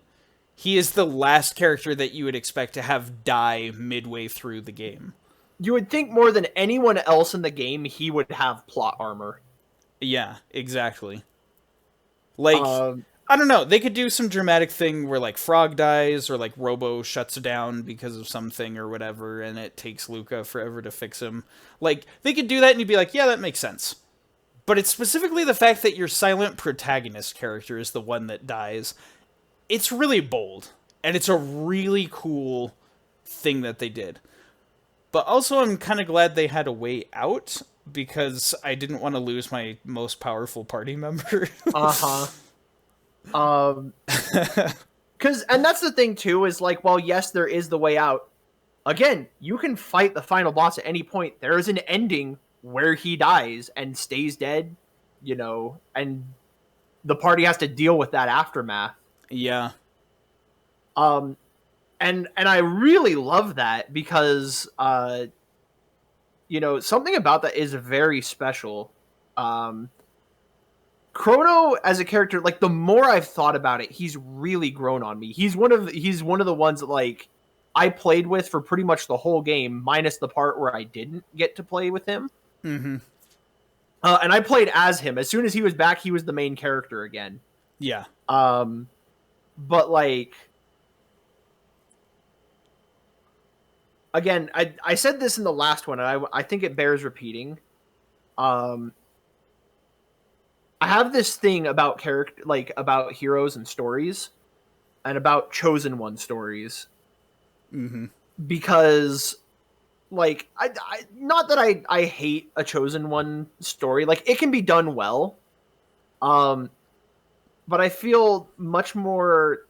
I want to root for a person who, rather than being prophesied to be good and forced to be the hero, somebody who just of their own free will decides to be the hero. Like in the very beginning of the game, when Marl gets sucked through the time portal, Chrono knew her for all of, like, a few, like, depending on how long you spent in the fair. In my case of, like, rushing through the game, only a few minutes, and Chrono steps up and is like, I'm going in after her. I want to go save her. Mm-hmm. And there's that moment, when you face off against Lavos, and he has obliterated your whole party and is about to, like, consume Magus and everyone. And, despite being beaten near to death, Chrono finds the strength to get up, and Queen Zeal looks at him and says, like, you would stand against me even with that battered and broken body of yours. And he makes one last courageous, futile stand, and then he dies. Mm-hmm. And to me, like, that is the coolest kind of hero right ever. And especially the fact that, like, because of that, everyone else gets away. Yeah, like, his sacrifice is the reason everyone has the time to escape. It really is such a powerful moment. And that's kind of why I wanted to end on talking about Chrono with that, but I have some other, like, very not serious points to make, so no, I'm just by all means, go ahead. I'm sorry. I'm gonna crudely transition into that now. It's okay, but I really did want to, like, say that, because yeah. Like, the more I've thought about it, the more, like, Chrono is one of my favorite characters in this game. Yeah. Because of that moment. He works so well as a main character because of that. Mm-hmm. And it is a way to get a silent protagonist character more involved in the plot. Mm-hmm. Which is awesome. Well, and it's interesting because, like, it's one of those moments where whether you as the player choose to do that, Chrono does that of his own volition. Right. And that kind of cements him more as his own character. Mm-hmm. Yeah, so some general thoughts about Chrono as a character. We kind of talked with, like, design and everything. He's a red-haired Goku. He is. But I will say, even though his design mostly has the Goku look to him, things that are distinct about him and that I think are very appealing. There are two specific things about characters that I always really really like. One is swordsman. I really like swordsman. I don't care if you're mad or salty about there being a lot of them in Smash Bros. I like my swordsman, and you can fight me on that. And if you fight me in Smash, I'll probably use a swordsman. But I like characters with swords, especially the katana. The katana is like the ultimate weeb weapon, I know, like, where everyone who's like nerdy about the Japan stuff likes katanas, but I'm just saying it's a really cool type of sword, and the fact that Chrono uses one, I find that to be super cool. The other aspect about this that makes Chrono the perfect main character, in my opinion, when it comes to magic and spell casting and things like that, my favorite element is always lightning as one. In terms of like playing Pokemon and stuff, I love using the electric types in whatever sort of a game it is where they give me lightning magic. It's always my go-to. And so the fact that the main character both wields a sword and has lightning magic, it's like, yes, this is what I want. This is my preferred combo. So finding out that Chrono had that setup was just something that was really cool and satisfying for me. Yeah, I'll agree with you. Just like I think he has a very solid design. Yeah. He oozes that protagonist aura. He does. He's got the spiky colored hair, the sword, The he smirk. has the Goku smirk. all of his artwork, he is either asleep or he has a smirk on his face. There's some of him like in battles Yeah. where things look a little more tense, but like yeah. It almost kind of like artwork like that almost does kind of sell the fact that he seems like a little troublemaker and like his mom would be getting after him to not He cause really trouble. does. So that's pretty cool. Okay, we really need to like Yeah, I know. talk faster, or else this is going to be another 4-hour podcast that we're going to lose the footage for. That's true. Well, then Yeah. maybe we should go to the next character. Yeah. And talk about them. Next, we're going to talk about Marl. And yes, I pronounce it Marl. Yeah, I do too. That's It's- one we both agree on. There's a lot of ways to say this one because of the way it's spelled. It could be Marley. It could be Meryl. I personally prefer to say Marl, even though that's the most not real name sounding one. Yeah. But I don't know. It's what I said. I'm sorry. yeah. So Talk about Marl. Marl, honestly, I didn't think I would like her as much as I did, but like she's really grown on me, especially like watching my wife play through the game. Like that was one of her go-to characters, and she is used for like the whole playthrough. And she's just a solid female character. Mm-hmm. Which I'm always a big advocate for. Like I like cool, strong female characters that are just fun to be around. And I think we mentioned this last time, because like all of the female party members you get, they're all strong characters, but they all have very distinct personalities. Mm-hmm. It doesn't feel like they're all carbon copies of the same girl archetype. Like they all are very different in how they act and how they interact, and that's something that's really cool. Because one of the things too was like starting off, you get she's the first to join you, and she's kind of the token healer. Mm-hmm. And so I was expecting like, okay, I'm gonna want to use Frog, and I'm probably gonna want to heal her. So I guess Marl's gonna be my third party member. But then I found out Frog could heal, and so I was like, oh, cool. So it was neat that like so many other characters could be healers, because then it allowed me to look at Marl and like see her from a different perspective, and actually see like just her for what she could bring to the table. Yeah, definitely. I would say big same aside from watching your wife play, because I didn't watch her play. But like every other point, Absolutely. I saw her and I was like, she's gonna be the token white mage love interest for the main character, no personality of her own. And when they were setting up for the fact, oh, she's the princess and she's running away, I was like, okay, this is gonna be the most like rip off Princess Jasmine. I was preparing myself for all this stuff about not liking her, and then it was like they didn't lean into any cliches super hard. She was her own character and was not like completely hinged on Chrono as a character. She has her own arcs, her own moments, and they're all super good and super well written. And the fact that even though she like her main thing is that she's the healer, each party member who heals has it like in kind of a different way. Like how Frog's healing is not the strongest, but he's got like the whole party covered.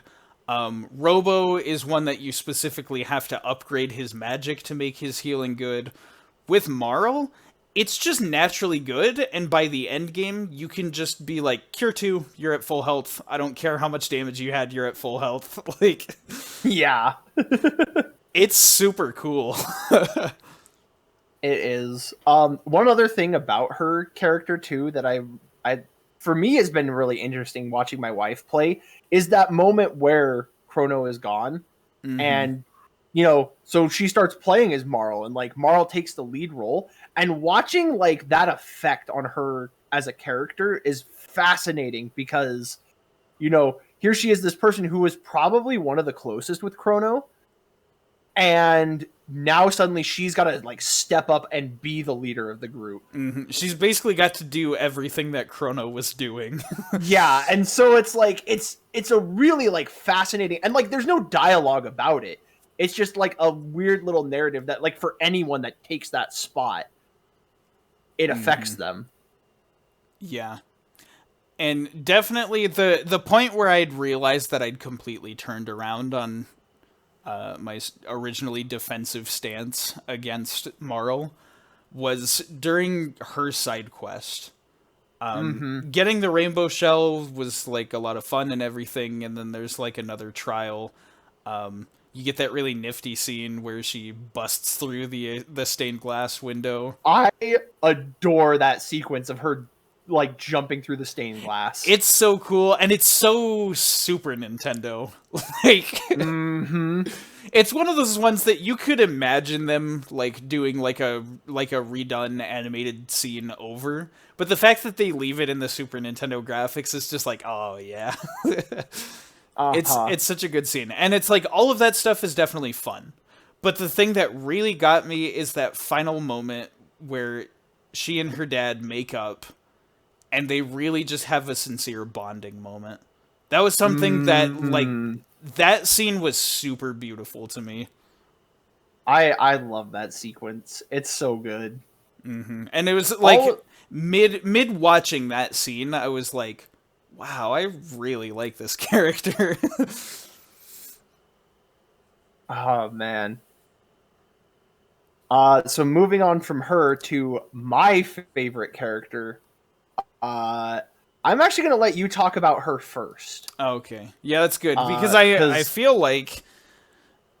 Well, I was going to say that you have more to say about her than I do, but you've kind of had more to say than I do about everything we've been talking about. I know. I have a lot... Every single one of these characters is very near and dear to me. Right. The only thing I'm saying is let's keep the pacing in mind. Yeah, that's fine. Oh gosh, the cat's running around the room and causing havoc. Okay, we got to get through this. All right, so Luca. One of the very immediate things that I noticed about Luca from a gameplay standpoint is she's got some great hard-hitting heavy firepower moves. Yes! And I love that. I personally did not use Luca too much during my playthrough. I had moments where I did, and I enjoyed all of them, and I do enjoy her as a character. But more than anything, it was really fun to just occasionally swap her into the party with someone else, get into a battle, and just unload the strongest fire magic in the game, and just watch like all the pretty numbers as it destroyed everything. Unga bunga, big number, make I Love Brain feel good. Except she's not the Unga Bunga character. Well, Luca's not the Unga Bunga character. Isla's the Unga Bunga character. But Luca would use the word serotonin. yes, serotonin. Feel the dopamine rush. Oh, it's so satisfying to just watch stuff crumble before a single attack. I really enjoyed that aspect of Luca. Mm-hmm. The other thing that I'll say, and I'll let this segue into what it is you have to say, but when we get to talking about Luca's side quest, it's tough. I want to say it's the best side quest out of all of them. If not, then it's like tied for best because it's really good. Mm-hmm. For me, I always like.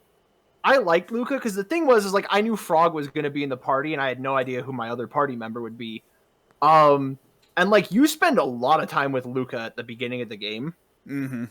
And so naturally I got to see the way she and Frog would play off each other. And I'm a sucker for the best friend trope. I love that she and Chrono are childhood friends. And she's the wacky inventor. And you look at her and you get a pretty good sense of who she is.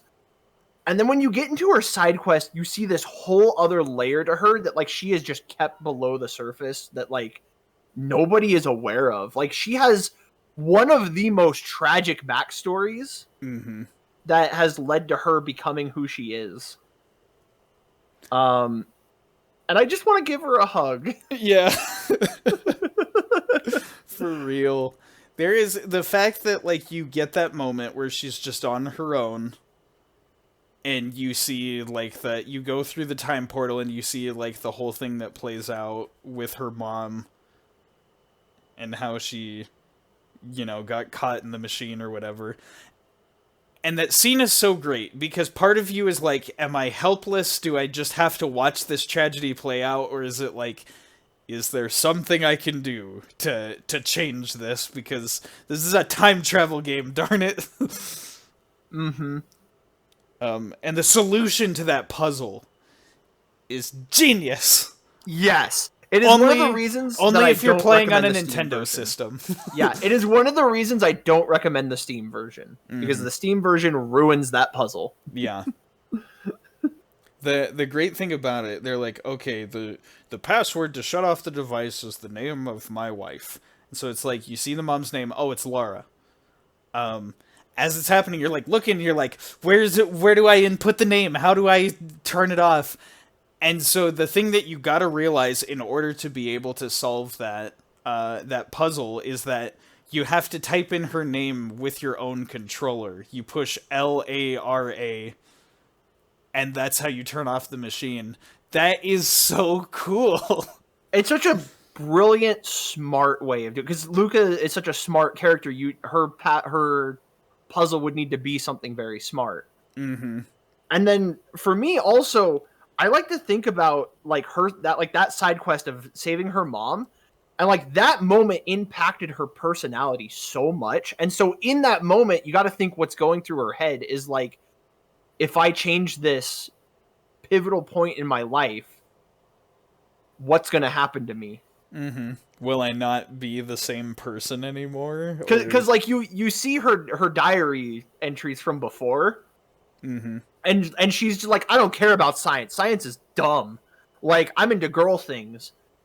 And then this tragedy inspires Luca to be I need to learn as much as I can so that an accident like this never happens. Mm-hmm. And so in this moment she has this mental I like to imagine because there's no dialogue. You're left to just infer it. Right. There's nothing that directly implies it. But I like to think that that has to be one of the things going through her mind. Yeah, definitely. It is such a powerful scene. And then no matter which outcome you get, whether you save her mom or not, afterwards she gets her conversation with Robo. And that is a I'll, moment that's also, like, really sweet. I'll save that for when we're talking about Robo, but like, Yeah. I'll just say it. Their dynamic is one of my favorites in this game. Uh-huh.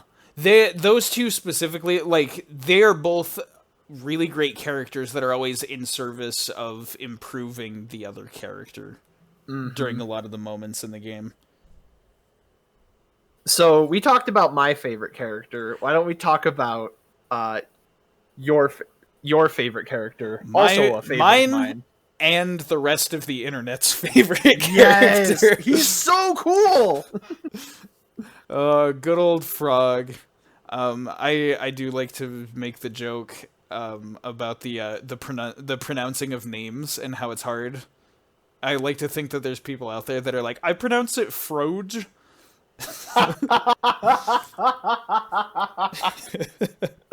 But yeah. I forgot you made that same joke. Yeah, last time. I did talk about that last time. That was fun. This is cool. You've forgotten all my jokes. I can just repeat all my saved material. You can repeat them and get the same reaction out of me. But yeah, good old Frog.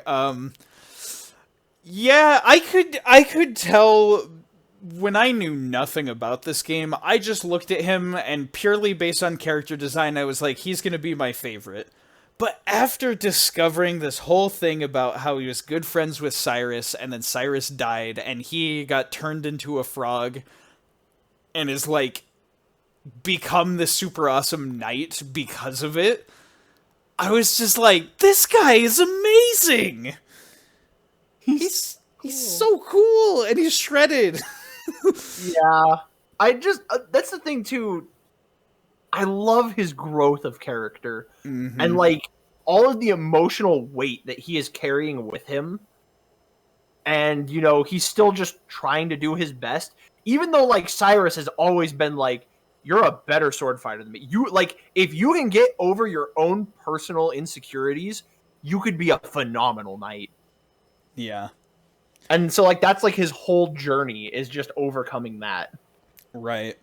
So to talk about him from a gameplay standpoint, the thing I like best about Frog is how balanced he is in all of the things. Most of what you get with the other party members is they excel at usually like 2 or 3 like very specific things. They have like certain things that only they can do and they're awesome at that. With Frog, he's just like decent at everything. And so you can have him fit any mold you want. He can be the party's healer. He can be a brute, an all-out offense destruction machine. Or he can accommodate any sort of need that you would have. Because he's just super well-rounded. And I really love that. Particularly, I enjoyed... We didn't really talk about this last time, but the fact that he's got the frog squash move... Yeah. where it increases in power based on how much damage you've taken. That became one of my favorite things to do because it stopped me from just playing like, okay, heal regularly so the bad guys don't beat me or whatever. It reached this point of me like watching his health bar steadily and being like, can I unleash it? Yes. How bad do I want to risk this? And it's such a cool risk-reward mechanic. Isla gets an attack like that, too, and it's just one of my favorites. I love when games have abilities like that. You know what's funny? It reminds me of the Masamune in Mega Man Battle Network. Was it called Masamune? I thought it was one of the different ones, like Mura-sama or something. Oh, it might be. Yeah, I think I remembered it because I just know it's a popular right. It's sword. one of the famous Japan swords. That's like the cursed sword. It does that same kind of thing. Yeah. Well, now that I think about it, we'll have to go through some Mega Man Battle Networks and do that for a podcast. Yeah. Oh, that'd be fun. That'd be great. But yeah, so about Frog, the main thing was, like I said, he immediately caught me with the design, and it was. That's usually how it goes with characters for me. I just see them and I instantly know that's going to be my favorite character. Well, and he's definitely the most visually distinct from Akira Right. Toriyama's like other characters. The main thing though was like I had already kind of decided he was my favorite, but then seeing like how much of like a dark and troubled past he had, how much he'd gone through. And it makes sense because like all the other characters have their tough aspects of their backstories, but for him, literally as a part of the story, he falls into this serious depression and he's just stuck and can't do anything. And it's like up to you as part of the game, you got to get him back. And then seeing that comeback he makes after being at such a low point, that was honestly something that like really resonated with me about the story. Yeah. And one of my favorite things about him is like, you know, the option where like you can have his one-on-one showdown with Magus. But and you know, and do like beating him is like the thing that based on your ending will determine if his spell of being a frog is broken. Mm-hmm. And I really like thinking about the, you know, the time periods, the like the routes where he doesn't, because like one of my favorite lines of dialogue is like the first time you encounter Magus, and he has a line of dialogue that's along the lines of like, I owe you my gratitude. Without this form, there are things I'd never have obtained. Mm-hmm. And I like the idea that like he stays a frog, because he realizes that that's not what matters. Mm-hmm. You know, it's his heart, and like that's what matters. Exactly. It does a better job of showing the growth within him. Mm-hmm. Like I definitely do like the idea of him getting his happy ending and being turned back yeah. into a human. Like it is a fun idea, but like you see the growth within him as a character a whole lot more when he stays a frog. Uh-huh. Because it's not so much about undoing the tragedies in your life as it is, you know, learning to move on and learning to be strong because bad things have happened to you. Mm-hmm. Yeah. Like I said, this is a character that really resonated with me, and he is easily my favorite aspect of the game. I because adore of him that. as a character. I think he definitely earns his status as being simped by the entire internet. Yeah, that's fair. You know who else is a good character? Before we do that though. Oh, are we? I thought you were done. I did forget. I don't have as quick access to my notes, so I missed that there was a thing on here. But one more thing to say about Frog. Because there's the new that you can talk to that lets you rename your party members. Yeah. One of the cool things that I did with this, because Frog's original name, when he was a human, was Glenn, I went to that, and after doing his side quest, I renamed him to Glenn. And that's the thing. I still refer to him as Frog because that's like the general name that the game gives you. And when everyone talks about him, they refer to him as Frog. But just having that as like the symbolism of the experience, like having it so that in game his name reads out as Glenn instead of just Frog. And the rest of the party starts referring to him as Glenn. Yeah. It was just something that was really cool to me, and it was another way that made my playthrough of the game a lot more meaningful. Also, the fact that a game lets you do that, like rename the characters, I really like that. Cool. It's very late into the game, but like, it's really awesome. Usually with most games, it's like you name them the instant you see them, and you don't even know what they're like. You're just given a default name and then said, like, do you want to change this? So the fact that in a game like that, you get to rename them later, and with a couple of these characters, you're given reasons why you might want to rename them, because a lot of them have, like, secret names they didn't tell anyone about. Or secret names they didn't know about. Or, yeah, that they didn't know about either. Like our good boy Prometheus. Or should we say, Robo? Yeah! Another really, really great character. He's so good. So, after we finished the game, I was just like, I need more Chrono Trigger merch. And I looked and I found a shirt with Robo on it, and I bought it. And I'm waiting for it to arrive. It's so cool. It's so good. One of the things that immediately catches me about Robo is with his design. He looks a lot like the E-series robots from Sonic, and there it is. That's how we tie it into Sonic. Yeah. But like he has that look like Gamma or Omega or whatever, like with the yellow head with like the kind of black area and the green eyes. It evokes that same feeling as the Sonic robots, and the moment I saw him, I was like, oh, I like this guy. One of my favorite things about Robo as a character is, like, as you said, his design. He has this big hulking character, and he's very like soft spoken and like polite. Yep. Like he, his animations. He always bows to people. He always says please and is like, very cordial. And it makes him such a lovable character. He's kind of a goofball. It's super good. The other thing, I think we touched on this. With the part of our first recording that did actually make it, because we talked about the music. Yeah. I mentioned how there's like the Rick Astley influence on his theme song. Yeah. The best thing about this to me is that his theme song feels like a reverse Silva Gunner.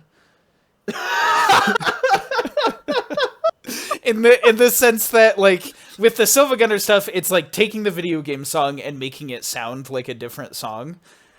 With Robos, it feels like the inverse of, like, they took a Rick Astley song and then changed it just enough so it could be a video game theme. Like, because it sounds like a slightly tweaked, like, knockoff version of Never Gonna Give You Up, which I really like.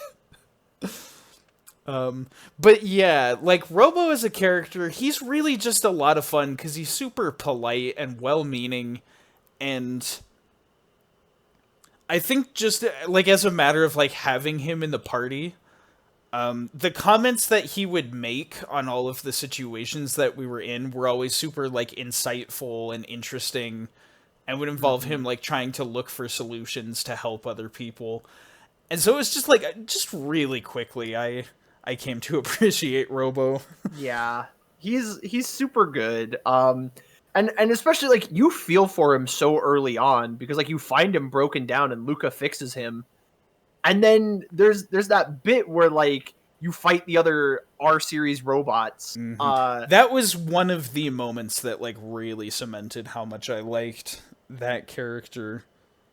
Because it's just heartbreaking. You see the other robots just wailing on him and beating the crap out of him. And you go and you want to intervene, and he's like, no, please stop. They're my brothers. Don't hurt them. It's just like, oh. He's so good. He's so good. He's so I good-natured. love that aspect about him. And it's... There's just too many of these heartwarming moments with this character. Like, he is just a magnet for emotional moments.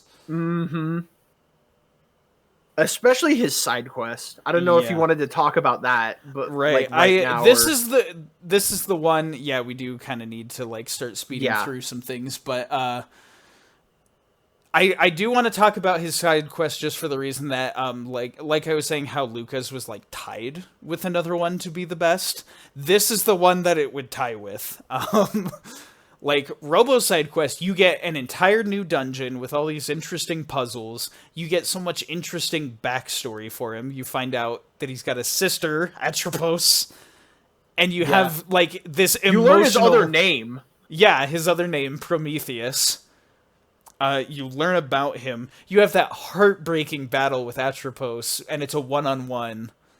And it's so intense and, like, sad at the same time. You learn all about Mother Brain, and go figure, we can't get away from Mother Brain. No, there's always... Mother Brain will find her way into every episode of our podcast, much like Sonic. Yeah, just like Sonic.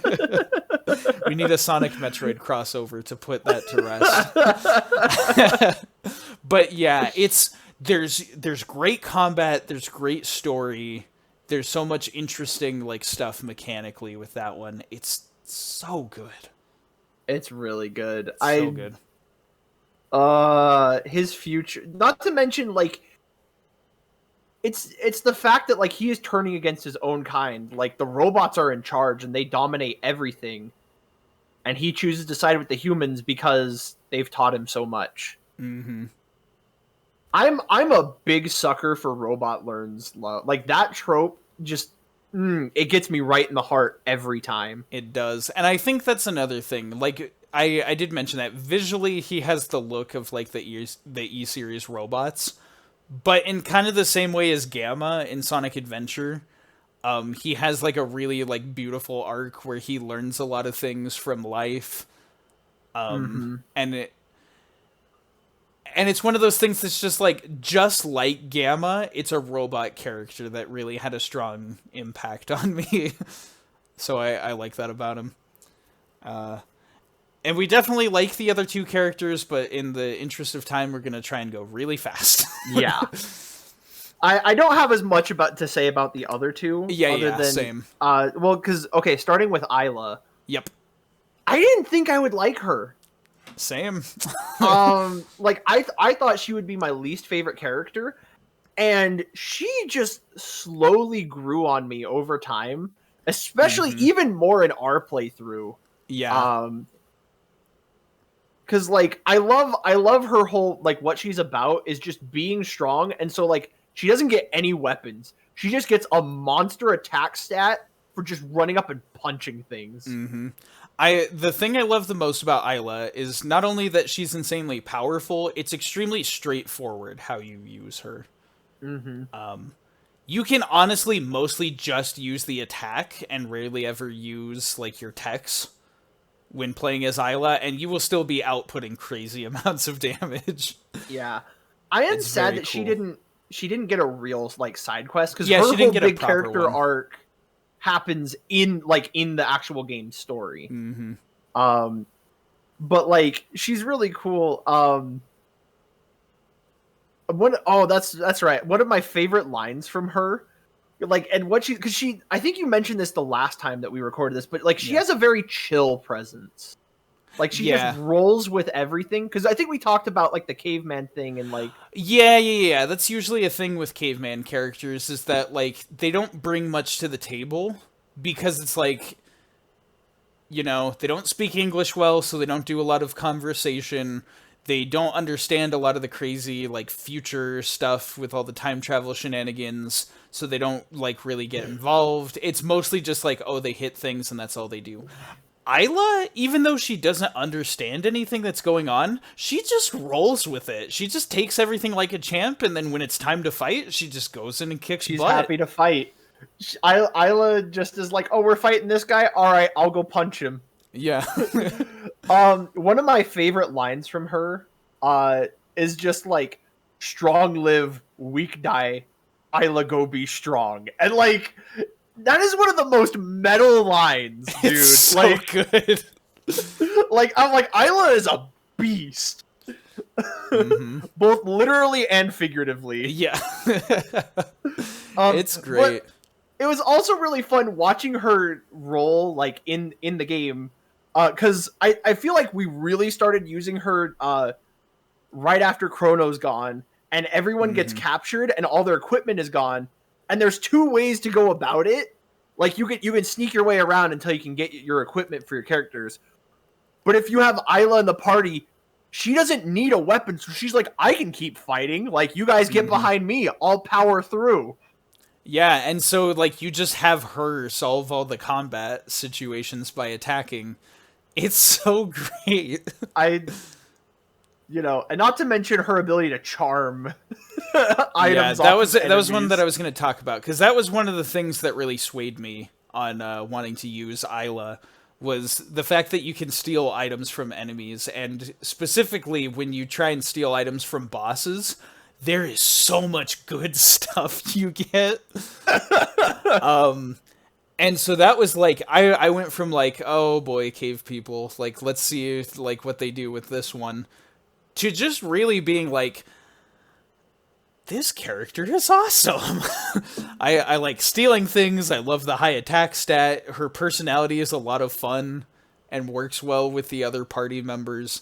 It went from this point of just me thinking like, yeah, I've got Robo and Frog, and those are the two that I'm gonna want to use always. And then I got Isla, and I was like, I actually really want to use Isla now. Uh-huh. And so she became another one that I really like to use, and one that I used a lot of towards endgame. So that Oh was man. great. Let's talk about Magus. Yeah. He's the surprise one. So what happened for me, because he's your secret final party member. Yeah. And I almost didn't get him. Yep. Because the reason was that like I didn't save, and then he's like, "Do you want to fight me?" And I was like, let me say no and go save, and then I will." And he's like, "Oh, in that case, I'll join you." And I was like, "Wait, what?" What? Oh, it's so good. And it was so funny because I was like, "Oh man, I almost killed him." Yeah. Oh, it's funny. I was grateful that I found that because I was like, oh, this is the point where I can recruit him. Thank goodness. I didn't miss him. Definitely out of all the party members, he was the one it took me the longest to warm up to. Some of that had to do with the fact that everyone else I had in my party was overpowered, and he wasn't. And so it's like it took some time to train to get him to be good like the rest of them. As well as the fact like he doesn't have any team attacks.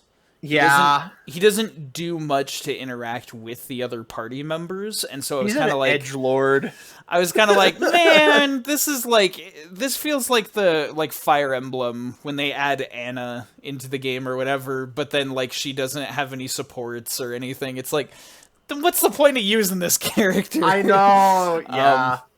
But he's got so much cool stuff about him in terms of just the in-game storyline that really is awesome once you get to learn his backstory.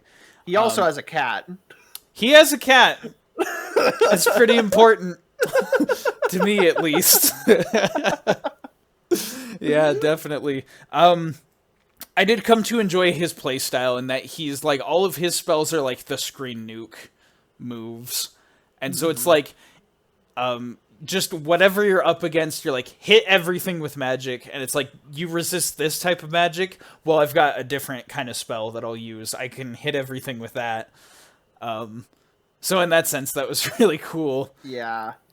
I love the twist about him being Janice. Yeah, it was really good. It's because like all of the clues are there, but like watching it play out and like realizing that like, oh man, he was sent to the Middle Ages as a child, and then Ozzy took him in and mentored him, and that's why he became what he is. And then they hit you with the double identity twist because he's the prophet. Yeah, Zeal. the prophet you could guess, but nobody could guess Janice. No, not at all. And that's why it's such a great twist. It's a good twist. The other thing I will say, using him during the final dungeon, the Black Omen, that one was really cool, and that was really like the moment when I started warming up to him, because he was, in terms of level, he was catching up to everybody. In terms of like the significance of him being involved in the story, there was also like super cool. Yeah. I had one thing to say before we go on to that. Yeah. Just about like one of my favorite things. I saw this post talking about him, and I love that you learn his story in reverse. So that when it comes time for you to kill him, your opinion changes. Because like you hear like, oh, there's this fiend lord, and he's super powerful and dangerous and done all these terrible things. And so you're like, in that moment, like you said, when you fight him, you're thinking, oh, this is it. We're going to kill him. And then he won't be a thing anymore. But then he gets sucked into the portal with you. Yep. And then disappears and then becomes the prophet. And then you get to see a little bit of his relationship with Shala. And you get to see you get to hear him like basically explain like, from that moment, I have only lived for the thought of killing Lavos. And then, you watch the whole kingdom of Zeal sink into the ocean, and the man literally has nothing left except to turn and fight you. And so he does. And at that point, like, you as a party realize he's not worth it. You have bigger fish to fry. Like, he's not worth your time. And so it gives him this interesting character arc. Yeah, it of really does. This character who has nothing left to live for is like, well, I'll join you because I have nothing else. Another thing that's worth noting, because of the added content of the DS, he really gets screwed. Does. Like, his life gets completely screwed over, and I'm like, I don't like that. I'm just gonna, like, not have the added DS content, because this is... It's better this way, just to be better. Like, the world is saved, and he's off and doing his own thing. The added DS content is meant to tie in the sequel, which I'm not the biggest fan of, just because it does sour that happy ending. Yeah, and it's not just for him; it's for a lot of the characters. It does. But we're not going to talk about that. Instead, we're going to talk about the Black Omen. This ending, the Black Omen in our finale. Dude, I don't know what I could say about that other than like just letting you talk about it, because that was such a fun part of the game, was that gauntlet and watching you go through it. And really, like, they hit you with the great music that like a final dungeon should have. They hit you with like all the different enemy types that have so many strategies. There's one that you can steal strength boosting items from. And I was just like, I'm already overpowered and I've already abused the system this much. I might as well go all the way. And I was using him to grind, and I don't think I needed it because I had an easy time with the rest of the game, but it's just so much fun that they let you. Yeah. It was a blast watching you go through that. Oh man. And then, not to mention, because you had the party you had was Isla, Frog, and Magus. Yeah. And man, what a finale. Like, all three of those got to do some bonkers stuff in that bit. Yeah. So, like, with the big fight against the Queen of Zeal, one of the best things about it that, like, I really love is, if you take Magus to that fight, it plays his battle music instead of like the boss theme that's supposed to be there. You get unique dialogue too. And that too. And it's just so like, it felt more meaningful having him in the party. I had Frog, who was like, he's my guy. He's like my favorite character.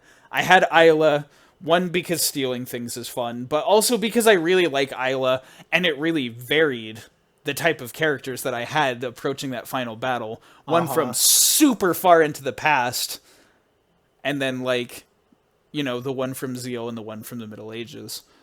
But then, like, having Magus there during that fight really, like, added some genuine stakes to it that made it awesome.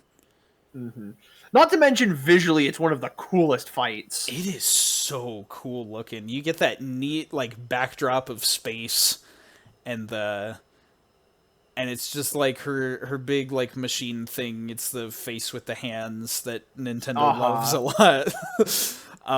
But then it's the fact that they can do so much brutal stuff. Like, they'll drop you to one hit point. They'll suck out your MP. Just all of that stuff is nuts. Yep. Like, that is a tough fight. And that's what's so cool about it. And Not the fact that you have a bunch of fights, like, all in a row leading up to that one. Yeah. Because you got Frog versus the Mammon Machine, and how the Masamune can siphon power from it. Right! I forgot about that. That was awesome. That was one of the reasons I was like, you got to take Frog with you, and you're like, well, I'm already going to do that. But you're like, there's a reason why you got to take Frog. What else was I gonna say? The fact that, because there's the I think it's the left hand, the one that drops you to 1 HP. It does that, and then I was like, this puts my party at 1 HP. I can use both Dino Tail and Frog Squash, and I was just unloading damage like crazy. That was so awesome that the game Well, it was let me great do too that. because then you had Magus like still like good, like he's in a good spot, so he could just heal them. It was super cool. Like that was a really good fight. And then after beating that, it leads into your fight with Lavos. Oh man! And that fight was so cool. That was one of the things too. You were like very over leveled for that fight. Yeah, it wasn't too hard. The final phase was hard, but I was in control for most of the fight. Yeah. I was gonna say that like because your nerves were very high during that fight, and I think that's what balanced it out was that you were nervous, but like it was like because I was nervous and my hands were like a little shaky, like I was misinputting things and kind of messing stuff up. Which is funny because like if like I realize now I like had the stats to easily destroy Lavos, but like because of the nerves and everything, and not just the nerves but the hype. Yeah. Like that did kind of balance out the odds a little.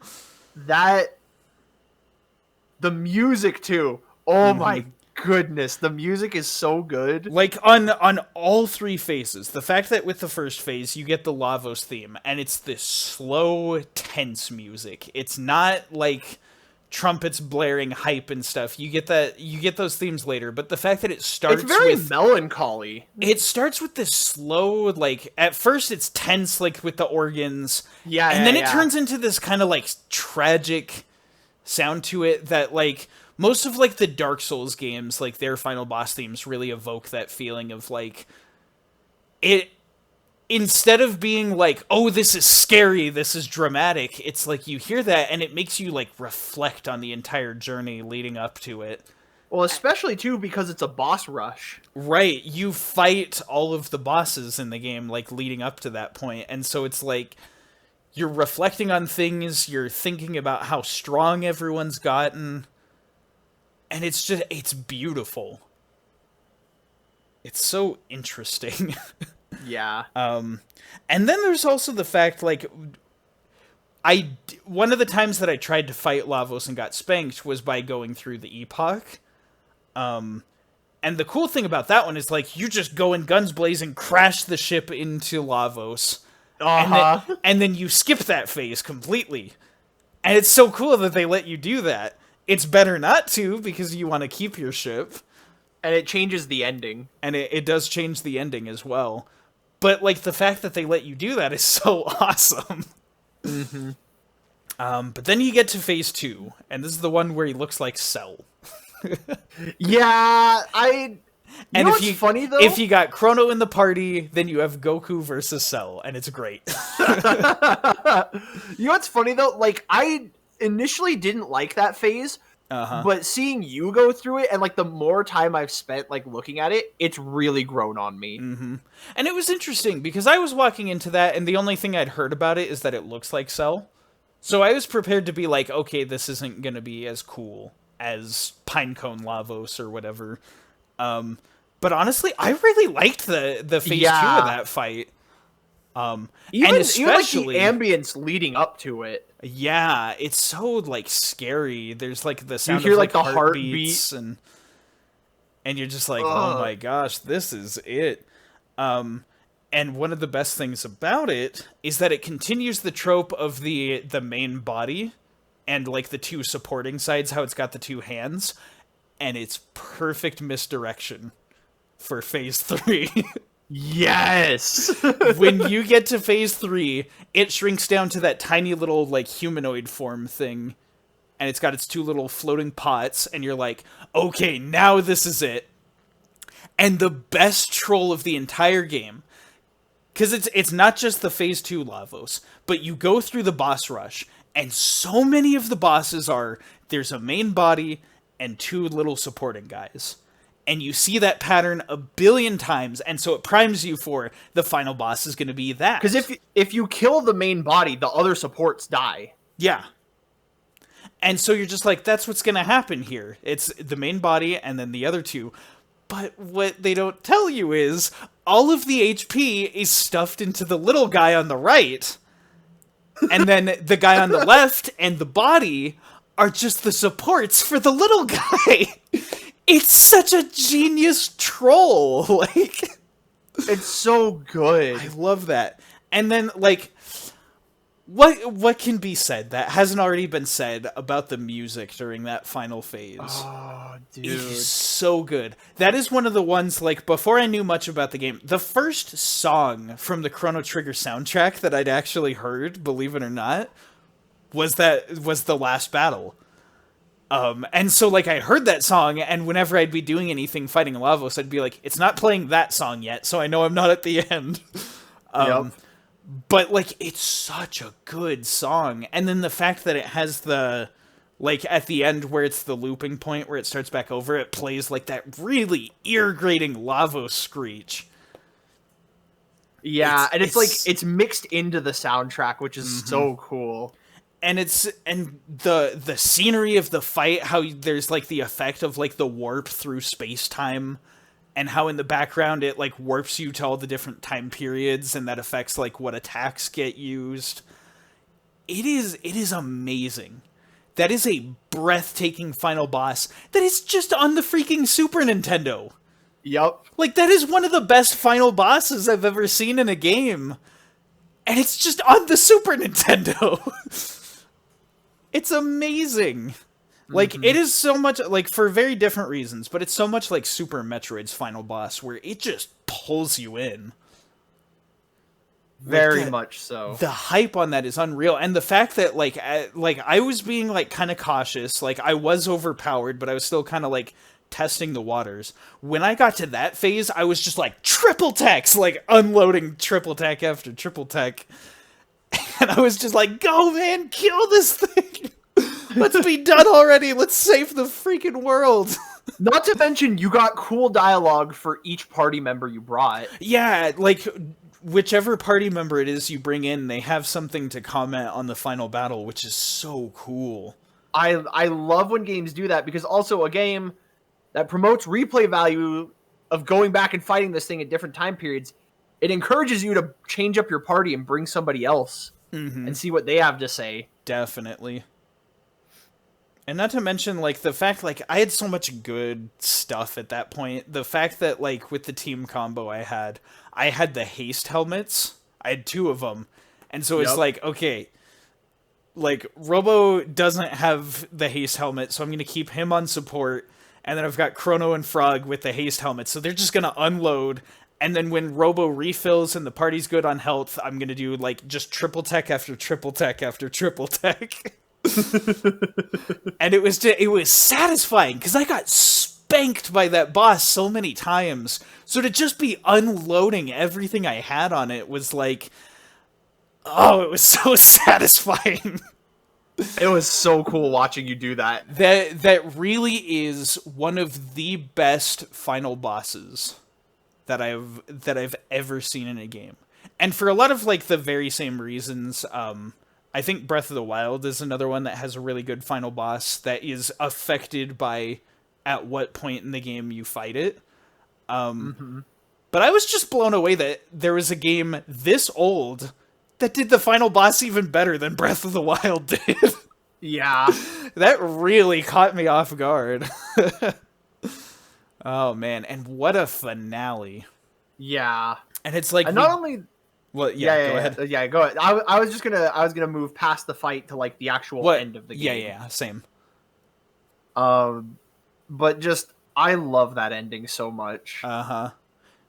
So it's like we obviously did, like, the completionist ending where you you do the Black Omen, you do all the stuff in the game, you make sure you got Chrono back. You've got the epoch still functioning. Yeah. And, like, speaking of before that, I didn't get this ending, but having, like, gone back and seen the other endings, the one where you don't have the epoch, how, like, Chrono and Marl, like, grab onto the balloons and fly away, that was very cute. I did like that. I do love that ending. It's a very sweet ending that I'm like, aw. I like this other one more because it's more of, like, the party. Yeah, it's about everyone else in the party. But like it's a very cute ending. With this ending that I got, this one was really satisfying because it's like I did all the little things. I made sure to save the Chancellor. I, like we didn't crash the epoch or anything like that. We And had so, Magus. Yeah, I had and, Magus in the party. And then we saved Luca's mom so that Yep, we saved Luca's mom. She wasn't paralyzed anymore. And so it's like, and also there's the fake out at the beginning where like they call you in about like your crimes that you got arrested your for. extended trial ended. And so you're back into there, and I'm like, it is gonna end with the trial. I was right all along. But then they're just like, no, you saved the world, stupid. Of course we're happy. It's like, yay! Parade for you. I love the Moonlight Parade. Not many games let you do that, where like you just walk around and talk to everybody. Yeah, for real. And how it does like the little like reprise of like the music from the fair.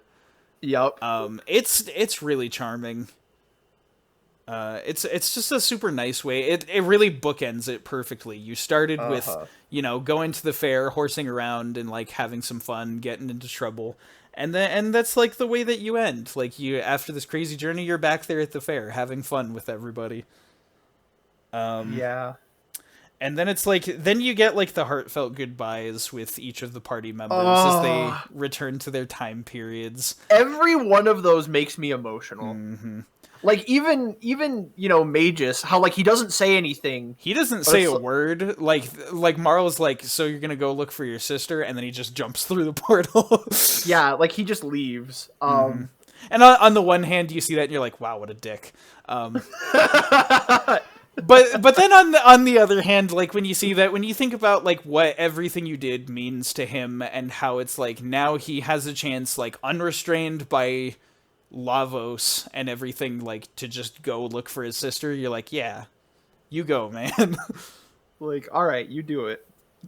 And that's the thing. When it was time to say goodbye with Frog, I was very sad that he had to leave the party because it's like, oh, those are like his new friends now. But at the same time, it's like you see him and it's like he's a tough dude. He can handle himself. Like he'll be fine. The one that hurts the most is when Robo has to leave. Robo breaks my heart every time, especially because again we said Luca and Robo have one of the best dynamics in the whole game. For real. And so it's the fact that like Luca is so upset about like, if the future isn't destroyed, then Robo may not exist and I'll never see him again. And it's just like, oh.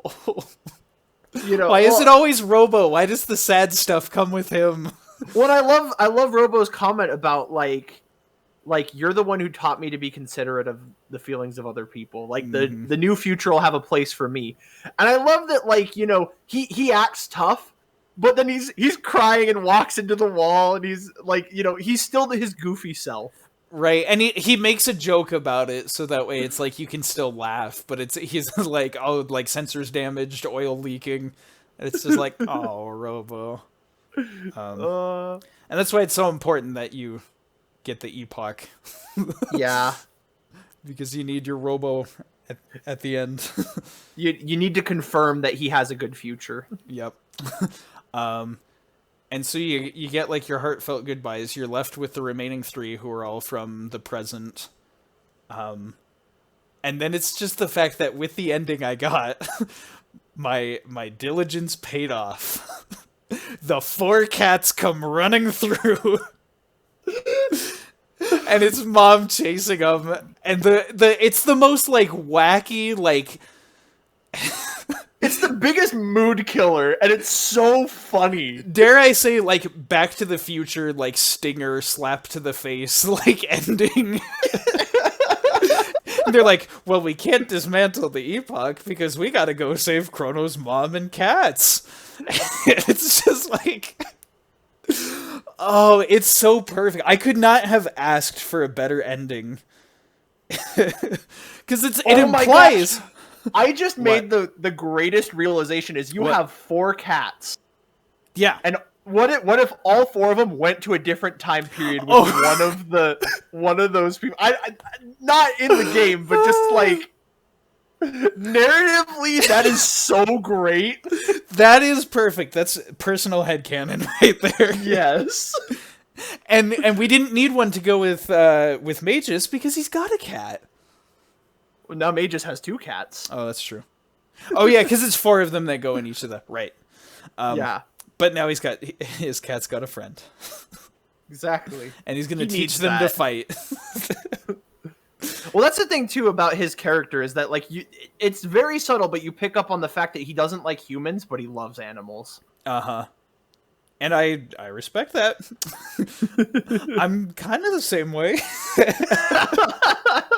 Maybe not completely against humanity. Love you too, bro. That's what I'm saying. Not completely against humanity. He had a sibling that he loved. It's true. It's true. The parallel stands. Darn it. He can find Shala and then give the cat to her. Yeah, they each get a cat. And Chrono Cross never happens. You get a cat. You get a cat. Oh man, good stuff. Yeah, that ending is really good. And then when you get to like the real like the credit sequence, it just has the nifty like whooshing through space effects that they had from earlier scenes.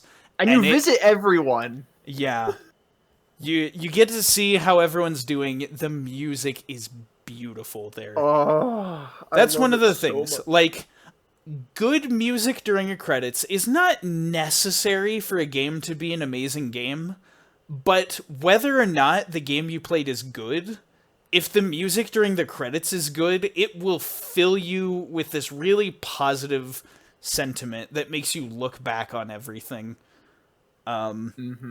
And it's really just one of the most potent things that a game can do. And I'm dead freaking serious. If you're making a game, make sure that the music that plays during the credits is like some of the best music in the game. Because it really, like, hearing that music and thinking back on the adventure, it was so amazing, the journey that I got to have with this game. Oh, you know what? We forgot to talk about the ice place. What was the mountain called?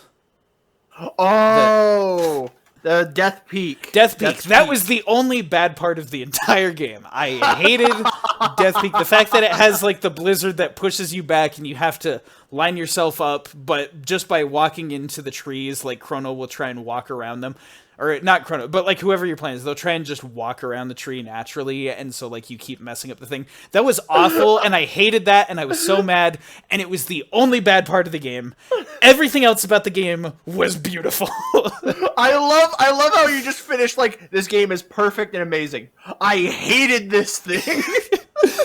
I mean, okay, part of it was just that we forgot to bring it up, but also, I don't know, it was funny. But I think it's here's the thing. That way. That's how good the game is. There was one part that I genuinely didn't like. That one moment was something like the game, the mechanics of like, you know, the wind pushing and everything were things that would genuinely upset me. But this game is so good that I forgot all about that. Yeah. Like, and this is where I get to this. I think this got cut out from like our original recording. But here's what I have to say. I do not think Chrono Trigger is a perfect game. But I do think, in spite of its flaws, it's still a 10 out of 10. And a game doesn't have to be a perfect game to be a 10 out of 10. It just has to have enough good to make up for anything bad about it. And there are so few bad things about this game, and so many brilliant things about it. I'm getting into final thoughts territory. We'll get there. Yeah. But you can repeat that for when we bring the people back, which I guess we could. It's true. We could bring the people back now, I guess. No, we're gonna talk about favorites first, and then. Oh, I got you. Okay. So, first and foremost, because we've already kind of said who our favorite characters were. Yeah. In the party, but like, what was your favorite party combo that you had? Yeah. So with most of these favorites, it's going to be real tricky to pick just one, unlike a lot of these. Yes. The whole thing is my favorite. This is the fact that I can choose 3, and it's hard for me to choose 3. Yeah, it's really hard. It says for a lot. me. I'll say mine was Chrono, Frog, and Luca was the party that I rolled with for most of the game, and like I loved that party. I loved having Frog as a healer, which then let me really fall in love with Luca, and then Chrono is just like a solid character. Like those 3 were definitely like I loved playing with them, but it's not to say that like I didn't love the others. Yeah, for sure. There's not a single bad party member at all. So for me, the 2 that are guaranteed, and it should be pretty easy to see that I like these 2 because I went on and on about them. But Frog and Robo were absolute musts for my party. I really love those 2. Both of them in very different and awesome ways, like really resonated with me. And whatever sort of a story moment I was in or going up against, if I couldn't have both of them, I had to have at least one, because I always wanted to know what their input was on a scenario. But whenever possible, I tried to keep those 2 in the party. Now for the 3rd party member slot, this is where it gets tricky for me, and the best I can do is narrow it down between 2. Obviously, I really love Chrono. For all the reasons I talked about when we talked about the thing. Swordsman with lightning powers is just something that gels with me. The big moment where he gets killed by Lavos and everything, and you have to bring him back. All of that stuff was super cool and really resonated with me. Plus, like, the play style, just the fast, hard-hitting, all super good. The other character that, while Chrono was out of the party, and during lots of moments, I still would use these 3 instead of Chrono. It was Isla. I really, really came to like Isla. The shenanigans of stealing things from bosses, combined with all the crazy attack power, and just how cool she was for a cave person character. Like, I don't normally like cave person characters, but Isla was just great. And so, like, that's the one where it was kind of interchangeable. For the final battle, I used Frog, Robo, and Chrono. That was the trio that I wanted, but I was so, like, if I could take Isla too, I would. In a heartbeat. If I could take all of them, I would. Speaking of the final battle, I did forget to mention one thing. I did go back, do the New Game Plus, and do the first fight with Lavos, like, with no party members. Yeah. I did it 2 ways. So I went in just Chrono, and I that time it was a bit more of a fair fight, and I wasn't ready. So I got smacked by Lavos. The second time I went in, I still had Marl in the party, and that made things significantly easier.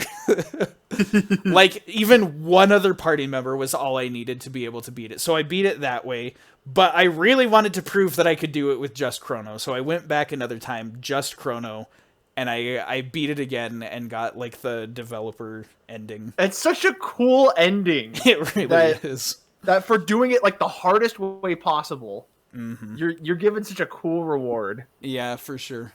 All right, but yeah, moving on to the rest of the favorites. Yeah. So next on the list, I had favorite NPC. So, like, obviously we've talked a lot about, like, the main characters, but, like, NPCs. I have a couple on here because I couldn't pick one.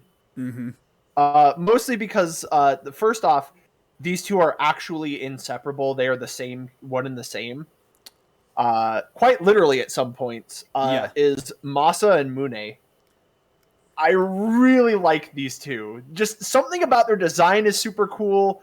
When they fuse together, they're that weird, like, monster form. Yeah, the buff yellow demon thing. like I just really like them, and I love their connection to Frog. Like, I think they're just neat. That's one, honestly, like, I have a couple that I couldn't pick one over the other, though those 2 are on my list.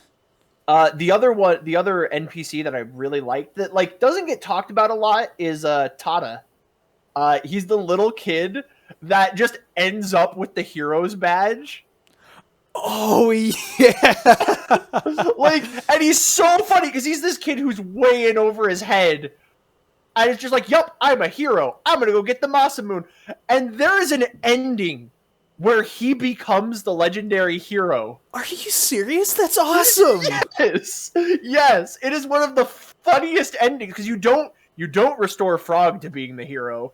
So Yeah. like he becomes the hero and gets all of the credit and fame, and it's so funny. Oh, now I remember it. Now I remember I did see that one. Cause don't they do like a gag where like the villain of that story is Chrono?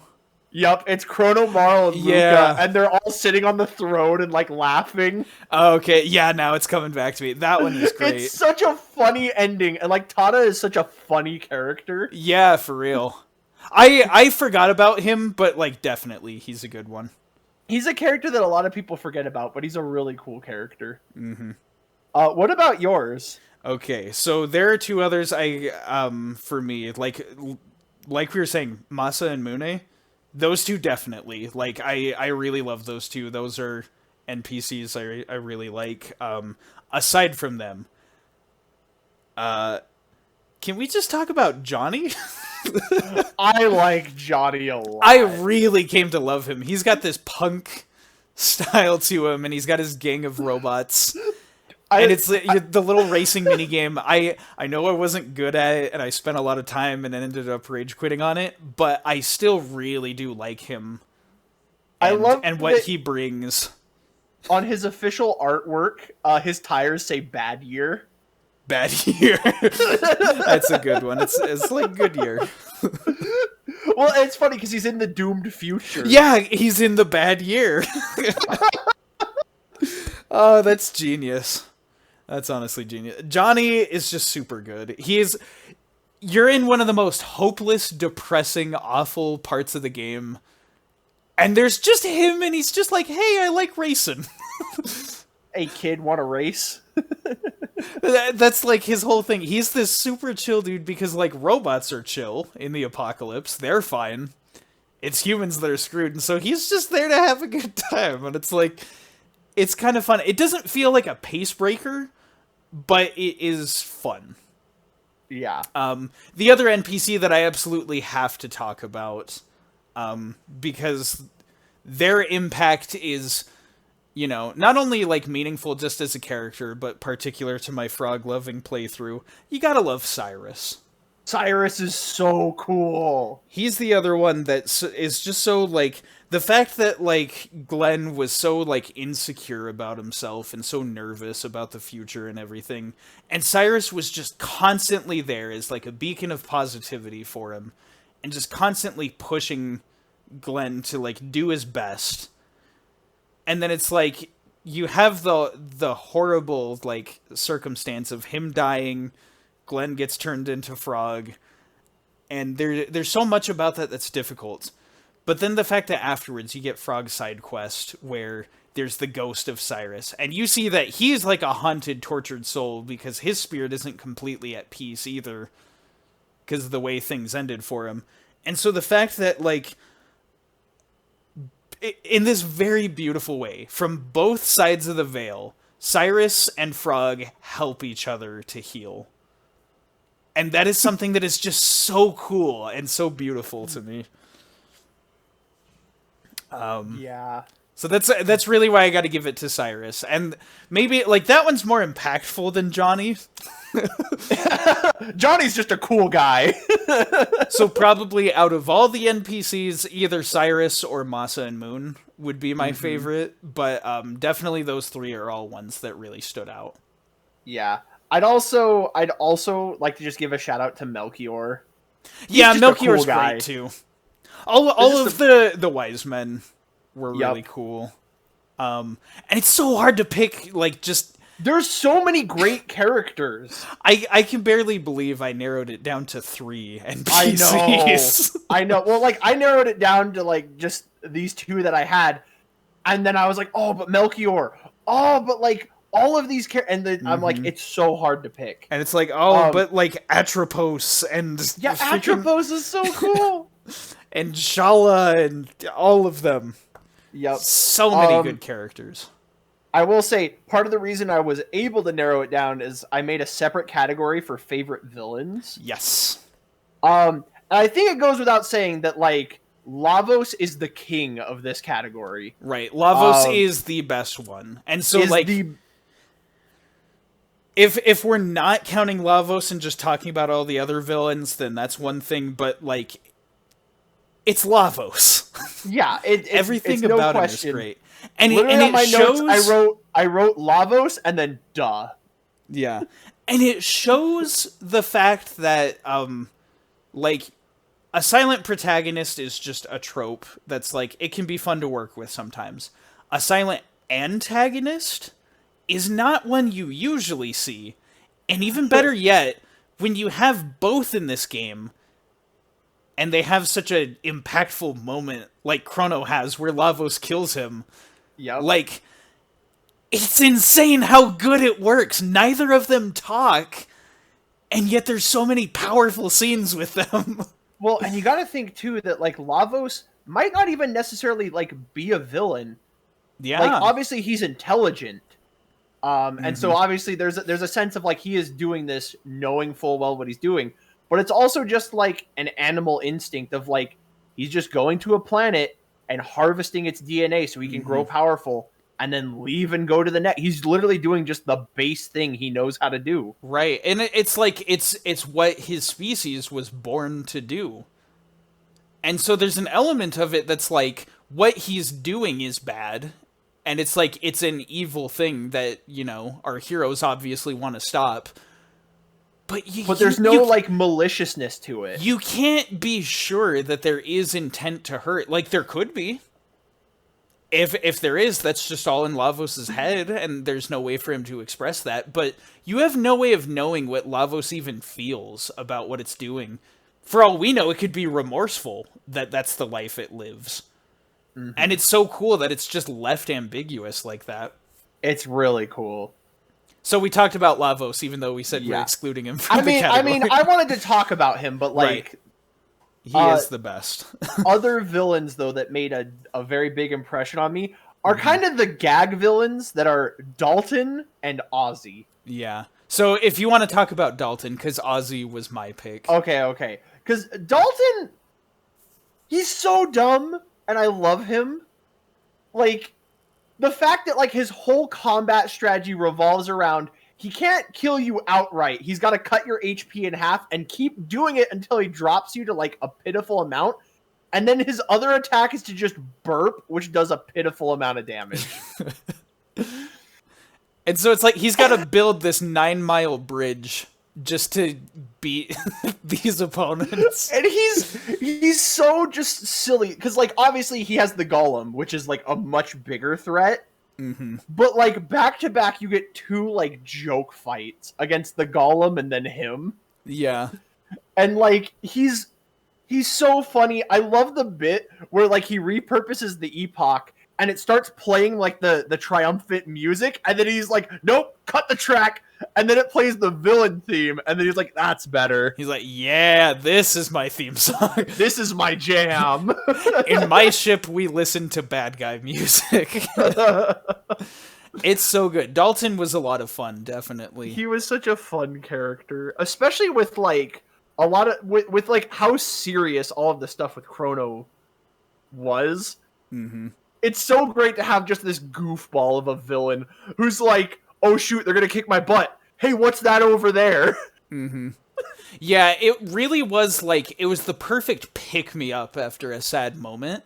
Like, Chrono Trigger's pacing for like the whole story is just flawless in how good it is. And that was another example of like, you go through this extremely sad thing and they're like, well, we got to keep the players invested. We don't want them to just be sad and then quit. So they lighten it up with a lot of humor from Dalton, and it works super well. So the other gag villain, the one that I really like, I love Ozzy so much.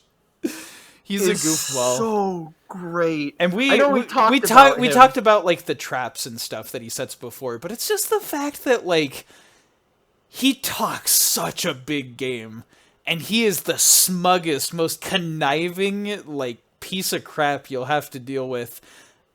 And then you just get past all his tricks and he's got nothing left. He's just, yeah, Ozzy's in a pickle. He just runs away. And he's like all cowardly and everything. Oh man. And it's so funny. And it almost kind of sets up this like false expectation for what you're going to do with mages. Because everyone else that's under him is kind of like bumbling fools. Or like even if they're cool, like they're still kind of quirky in a way. And so then like he sets up the misdirection, because then you get to mages and it's like, oh crap, this guy means business. Like, yeah. Everyone else. There's a reason that Magus was able to take charge. Yep. And then the fact that when you change history so that they no longer worship Magus as the Fiend Lord, that they start worshipping Ozzy. That Ozzy was like, well, Magus is gone. I guess I'm the greatest now. If I was his second, like his right-hand man, then like that just makes me number one now. It's so good. He's a great character. I can say in terms of villains, had I ended up killing Magus instead of recruiting him, then I would consider him the best villain question. as well. No question. But it's the fact that you get him as a party member makes that super awesome. He found a loophole. Yep.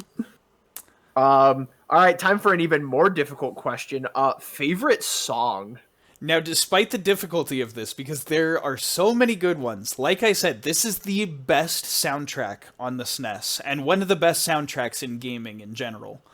I managed to narrow this down to 2 songs. Holy moly. See, I have a couple. For me, I managed to narrow it down to a battle theme and an overworld theme. Ooh, okay. So, I'll start by saying, because I have a battle theme on there, I kind of cheated and just said all character themes. All the character themes are real good. All of the character themes are gold. They're phenomenal. I love them. The battle theme is real. You mean the standard battle theme? The standard battle theme is really good, because I love that bass line combined with the choirs. It's so good. And it's like it starts up with this great progression that, honestly, for how many times you hear it, it never gets on your nerves. You hear the bass, the choir builds it up, and then the organ just starts going ham. And then I'll say this: if I have to pick one, if I have to just say like, nope, none of the others, you only get one. For me, it's the credits theme to Faraway Times. Yeah. And I know I said that last time for like Metroid and stuff, but like, I don't know what it is about credits themes, but it goes with what you said. If you end with a really good credits theme, it leaves you on just a very high note.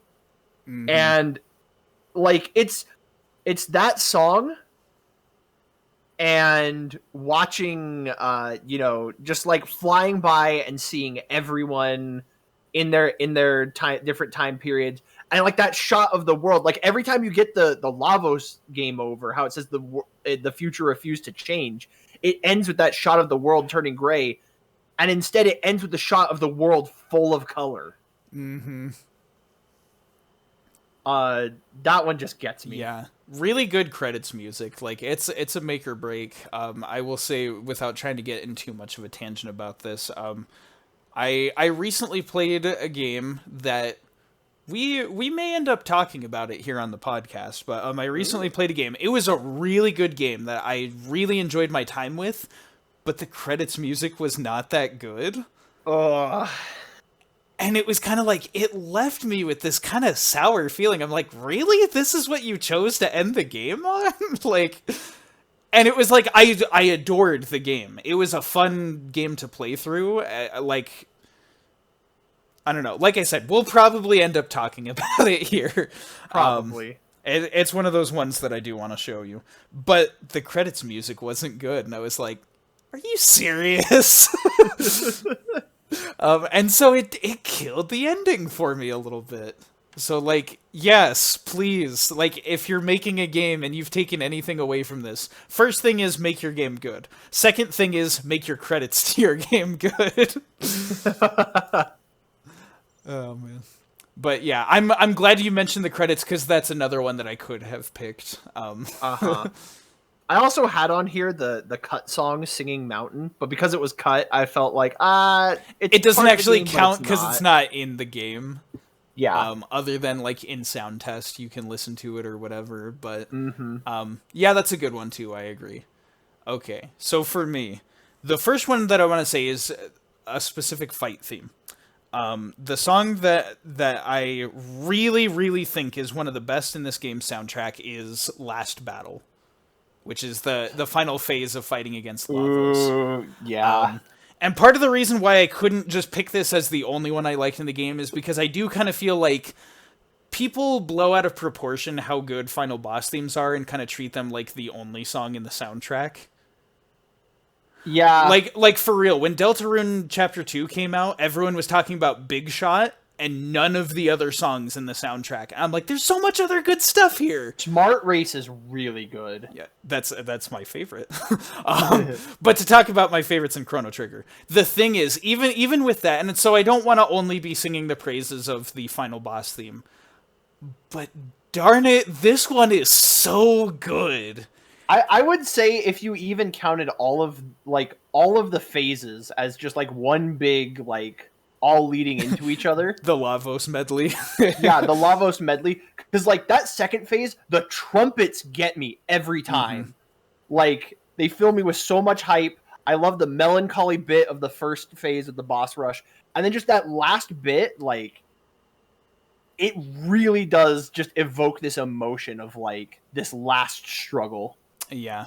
Okay, we've been going at this for a real long time. I know. Thanks for sticking with us, guys. We're almost done. Hang in there. Did you have one more song? No. I'm gonna we're still gonna keep going. I'm just saying we gotta really go fast because we've really taken people's time. Okay, so the thing about the last battle music that I want to talk about. So it's the fact that it opens with this really great tense sounding bassy synth. It starts with the bass. It's kind of the same way as the battle theme. It starts with the bass. Yeah. And it does this great thing where it pans from like left and right speaker. So like if you have this like with headphones or with speakers, like it does the song so much of a service.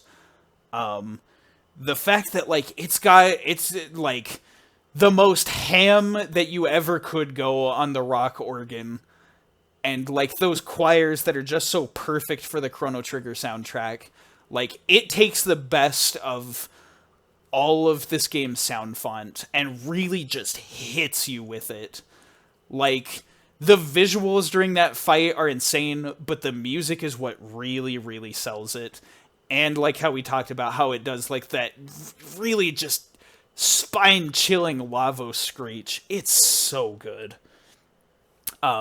So the other song that I wanted to talk about, and again, to just not sing the praises of only the final boss theme, Corridors of Time, otherwise known as the music that plays during the Kingdom of Zeal. That is another song that is just beautiful in composition. Like with the last battle one, I especially like it because it's really in service of what's happening. But like with Corridors of Time, like not even counting like the stuff that happens in the Kingdom of Zeal, it's just a beautiful track. It's got like the sitars, the choirs. It puts you in this deep reflective state that is just something I think about all the time. It's a very zen song. Yep. And so with those two specifically, there's something I'd like to recommend to people watching when you're done with this, like music that you can listen to on your own time. There is a rendition of the last battle. Specifically, it's a medley of the World Revolution, which is phase 2 of the Lavos fight, and then Last Battle. I love that song. And then, yep. It is, look up the version that is done by Gametal. Gametal. It is, so it's a metal version of that fight. But it's not just like metal. He uses like lots of synths and everything too. It is exquisitely done. It just sounds beautiful. For something more mellow to listen to, there's a remix of Corridors of Time that I really recommend. From OC Remix, there's one that's called Time Chill. Go look up that one because it is delightful. It turns it into more of like a smooth jazz, but it still kind of keeps that like pensive, like retrospective, like feeling that you get from like the sitars. So it's beautiful. So yeah, Ga World Revolution, and Last Battle, and then Time Chill from OC Remix. I know what I'm doing after we're done talking. Right? Yeah. I had two more categories of favorites, and then Yeah. we'll go into our final thoughts. Okay. Let's try and be a little bit quicker about yeah, these yeah. because we've already talked about a frick load of the game. Yeah. Favorite time period. Favorite time period. Do you want to go first on this one? Yeah, I can say mine is a tie between the Middle Ages, specifically because of the Fiend Lord's Keep. Is what puts this so high because that gauntlet is so much fun. And the other one, I know I didn't say a lot about it, but like the End of Time, I really like the End of Time a lot. I love just like visually the lamppost and everything. I remembered it. I forgot that I was going to add it to my list of NPCs, but like I love Specchio. Yeah, he is such a cheeky little piece of crap. I love him so much. He's so much fun, and so like he's just chilling out there, and every time you walk in, based on your level, he looks different. Mm-hmm. While we're on the topic of Specchio, also the Chrono Trigger the musical, one of my favorite songs from that was the Specchio song. Yeah, exactly. I adore that song. It's that so one was much really fun. Good. Yeah, I can definitely see there. So for me, there's two of them. But one is more so like just a single moment that I like, whereas the other one is like the entire time period as a whole.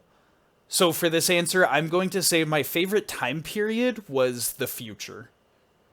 Specifically, like the ruined future after, like post Lavos. That moment is my favorite because of how chilling and atmospheric it is. And how, like, the first time you go there, you're just like, what the heck happened? After you learn and you see the video of what Lavos did, then it's even more haunting to be there because you're like, this is what we gotta stop from happening. And there's so many people, like, just trapped underground that are completely hopeless. And it's just so, like, depressing. And the fact that, like, your squad goes there and you're like, don't worry, guys, we're gonna fix this. Like, it is so cool as just this little moment of, like, a shining ray of hope. And there's, like, you get Robo from there, as well as you get Robo's really amazing side quest that I really liked there. You get great moments. Honestly, just, like, with most of the party, you get great moments there in the future. And it really is the thing that incentivizes you to stop Lavos. It's the moment where the game finds its focus. So that's why I really like that. Plus Johnny's there. Yeah. And I guess my final question is, what is your favorite moment? Just from the whole playthrough, like specifically from our playthrough. From our playthrough. Because I can say my favorite moment in the game is definitely what happened with Chrono. Yeah. You know, and I already talked at length about that. But honestly, like looking at our whole experience, I don't know that I have an answer. Favorite moment from our playthrough. It might actually be what I just came up with about the cats at the very end. Yeah. Because like that, like, and you know what? Maybe that's the reason that this we lost the first time that we recorded this, was so that I could think about that. But like, really, like thinking about that, because like I think it's the ending. I think really the ending is my favorite moment. Yeah. That's one that I was thinking about too, and so because we can each share a thought, I will let that be your answer. There is one other one I wanted to talk about, and again, like I said, it's set in a different time period than the future. Like the future as a whole was my favorite time period from the game, Yeah. but my favorite moment had to be when Frog got the Masamune back. And specifically, you get the scene where he takes it and he cleaves open the cave and you find the Fiend Lord's Keep. Oh, it's so cool. And there's a big reason for that. And I admit, like, when you said favorite moment, I was just thinking favorite moment from the game. If you're talking specifically about our playthrough, like, there probably is something else. Because, like, there's a lot of things that were fun that we did together. For me, the thing about this scene with Frog, this is one that was very personal for me. Because I'm not gonna lie,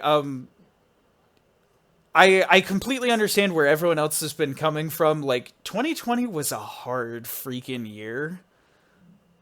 Like, it really was just tough for all of us, and we all had our own struggles in our different ways. And it really was just one of the darkest points of my life. And I wouldn't even say I'm completely out of it yet. I wouldn't consider myself completely healed of a lot of the bad things that have happened to me in recent times. But I at least found enough motivation to keep going. And with time, things have gotten better. So it was really a surreal experience for me seeing this arc with Frog, where he goes through this extremely deep depression and he's mourning the loss of friends, of his own honor and his own things, his own life that could have been. All that stuff is stripped away from him. But, you know, as a party, you just do your best to help him out, and you do everything you can to get the Masamune back in his hands.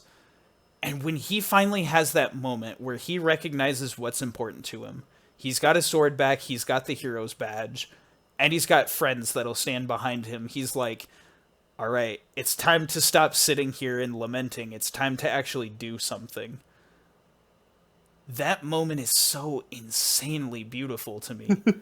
And the fact that that is accented with one of the animated cutscenes in the game, where they have that beautifully hand-drawn scene of him getting the sword, the ray of light shines down on it, and then he splits the mountain in two. It's the most, like, yeah! Like, just coming back from losing everything, that is something that intensely resonated with me. And one of the biggest reasons why I absolutely love this game. Aw, that was really cool. And a great moment to probably bring everyone back as we give our final thoughts. Yeah. Maybe.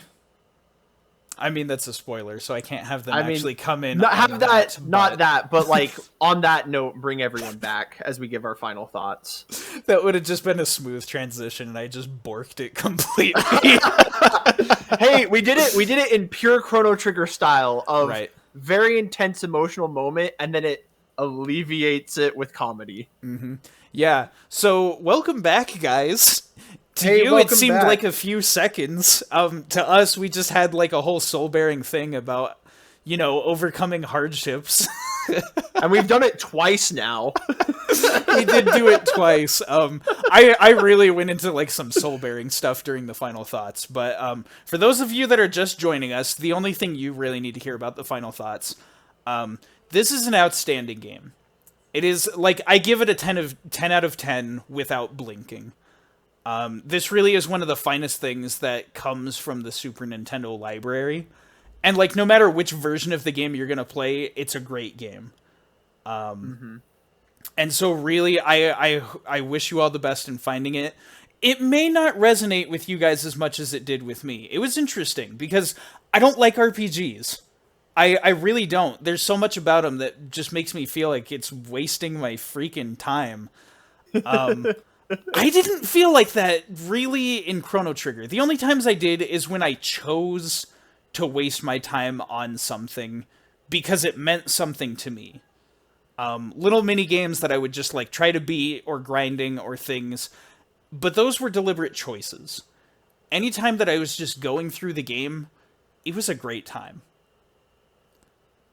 So I hope all of you guys who skip past will enjoy it as well. Yeah. For me, I really love this game. Like I said before, it is maybe top 5 favorite games of all time, and those 5 aren't in any specific order, really.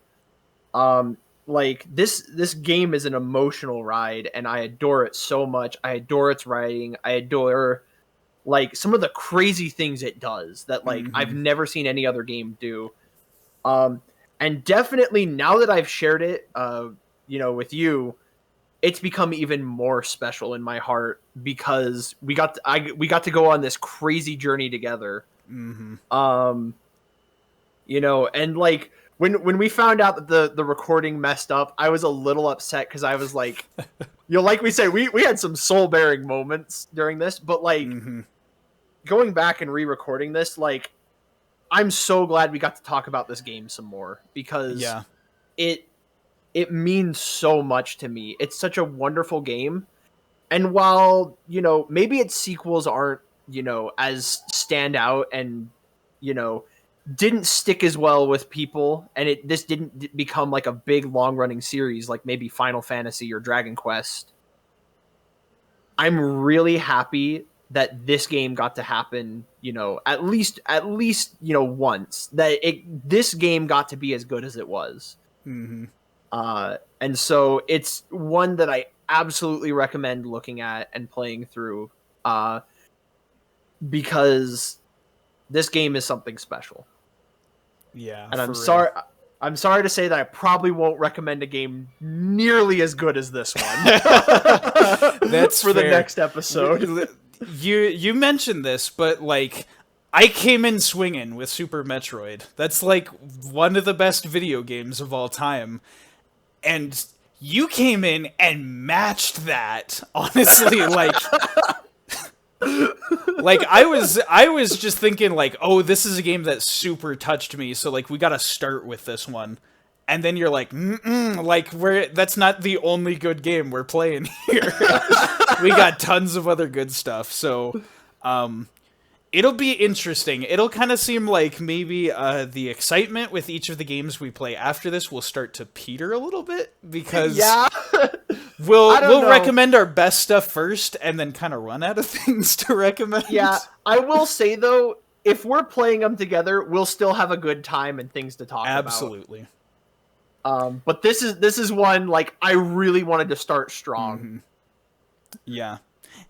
So yeah, last thing I can say to people that haven't played before we move on and talk about what we're going to play next is even if you don't like RPGs, you might just like this one. Because it does a lot of things differently than the RPGs I don't like, and it just captivated me. So now with happy. that...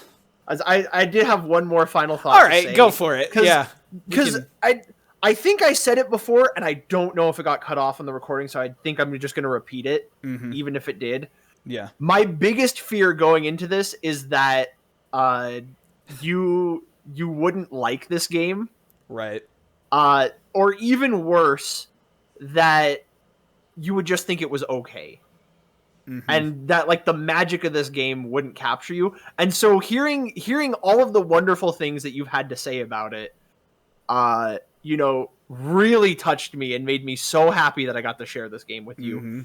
And to anyone listening that's still on the fence, like I really hope that that's the case for you, that like you can play this game, and maybe it won't, but like it is my sincere hope that you will give this game a try, and that it will touch you the same way that it did the both of us. Okay, now we can talk about what we're doing next. Well said. Yeah. And that was kind of the case with Super Metroid, too. I wasn't sure how much you'd like it. I just hoped that it would resonate with you the way it did with me. And the funny thing is, we have that again. Because I'm really not sure how much you're going to like this one, but I'm really hoping you like it as much as I do. I probably will. And I'm pretty sure you nuggets I will. know. It's just, like Chrono Trigger's a tough act to follow. It is. All right. Maybe So maybe we'll throw a filler in there in between, but probably not. It's okay. So here's the thing, because Metroid Fusion happened last time, and that's the thing. You are playing through Metroid Dread. As I we am. speak. I have It's finished been a it, blast. and he's playing through it. So it's possible that the next thing we could do is Metroid Dread. I really want to save that one for after, because I really, really want to get to what we're doing next. Yeah, and honestly, if this game is as exciting as you are being excited for it, That's what I'm worried really about. looking I'm forward scared if to I'm it. overhyping it and you're not gonna like it. I don't think so. I think it will be fun. If you know Okay. my tastes as well as I do, probably more so, like, we're gonna have a really good time with this one. At the very least, we'll have a good time with it. Okay, so we've danced around this enough. I gotta actually give him the teaser and let him know what we're playing next. All right. So, next time on Tradin Faves, we have a game that is so gritty, so edgy, so action-packed from start to finish that they had to invent a new word for this game's title. Let that sink in. They had to invent a new word. And with that, Doctor, turn off my hype inhibitors. Because next time, we're diving into Metal Gear Rising Revengeance. I'm excited. Oh man, this one, you don't even know. The internet has talked so much about this game. The meme community is huge. The amount of people that have just taken delight in this game, there's tons of them, and it is my sincere hope that you become one of them as well. I probably will. Are you kidding me? If there's memes involved, I'm probably gonna get sucked Yeah, at into the it. very least, you're gonna find a lot of great memes. Sweet. Oh, I can't wait. In more ways than one. Wink, wink, audience nod, if you know what I'm talking about. The cool thing that I've learned about these teases is before I was kind of guessing, like, oh, we should do a joke about, like, oh, can you guess the next game we're gonna play? Now I've kind of just decided that I want to do a hype little reveal for what we're doing next, for the reason that you guys, the audience at home, I mean, if you've played Metal Gear Rising Revengeance, then you just have another exciting podcast to look forward to. If you haven't, maybe consider giving it a try before the next episode comes out. That way you can kind of participate in the book club format that we have. I think it's a fun way to do it. Yeah. So with that, as we're wrapping up, make sure people in the comments tell us your thoughts on Chrono Trigger. If you haven't played it, did our podcast convince you to want to give it a try? If you have played it, do you have any personal feelings on the matter? Please try to avoid posting any significant spoilers in the comments. Just for the reason that, like, other people that haven't played the game will be coming to the video. I think that's a pretty easy thing to ask. People that really like this game are also going to want other people to try it. So yeah, that's a good way to look at it. So that's not a big ask. But just in general, like, share with us your thoughts. I promise I'm not just doing it for audience engagement. Like, that's the easy thing. Everyone's like, oh, leave a comment with your thoughts. Legitimately, I want to hear what people have to say about Chrono Trigger. So, like, please leave your comments. As we're wrapping up, do you have anything else you want to say to the beautiful people? I have no idea what Revengeance has in store for me, but I'm so excited. Yeah. That's all I got, dude. That's okay, because where we're going, we don't need Revengeance. And then everybody gets in the epoch and flies into the camera. Oh my god. Da, da, da, ba, ba, da, da, ba, ba, da. Oh man. Tell me, Luca, where are we going this time? The Middle Ages or 1999? Okay, that's really all I got.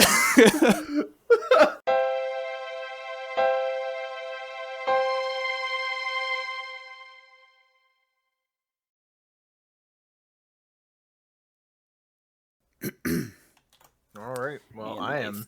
My throat is drying up because it knows that I'm about to record. Yup. It's like, that was some good weed. Okay. That's the joke you're starting. No, with. I it's see. not. Maybe at the end as a blooper thing. But that's not what we're starting with. I refuse. But it refused. The joke refused to be on the podcast. And the more I joke about it on camera, the more I'm like, I will have to include this. Welcome to Tradin Extras, where stupid jokes actually do make the cut. Okay, I'm trying to get all my burps out, and they're not coming. Welcome back to Tradin Faves. Imagine if we started there. Imagine. That one's going in the extras too. Okay. You just have like a giant outtake reel of like all the stupid stuff we've said, and then not put in the episode. No. We'll save all these and then do. There it is. Okay. Yeah. We'll save all of these and then do a worst of 2021. Most channels do a best of. We do the worst of. I love that. Right. Man. All right, dude. Yeah. Well, I am. You're all set to go. My nerves. They're riding high. They're shaking. Because I love this game so much, I don't want to say something stupid. So what you're saying is you hear Frog sucks! Oh no! What have I done? The dislikes! They don't matter because YouTube removed them! Wow! This is the worst RPG ever made! None of that's true. Go play something good, like Mystical Ninja Goemon. Anyway. I haven't actually played that. Yeah. Alright. Okay, but for real though. Or during the Smash trailer where he's like, egg! Yeah, because there's Ken there, and he's like, so you want to fight fire with fire, huh? And he's like, egg! Hard-boiled eggs. Yep. Hard-boiled Kens.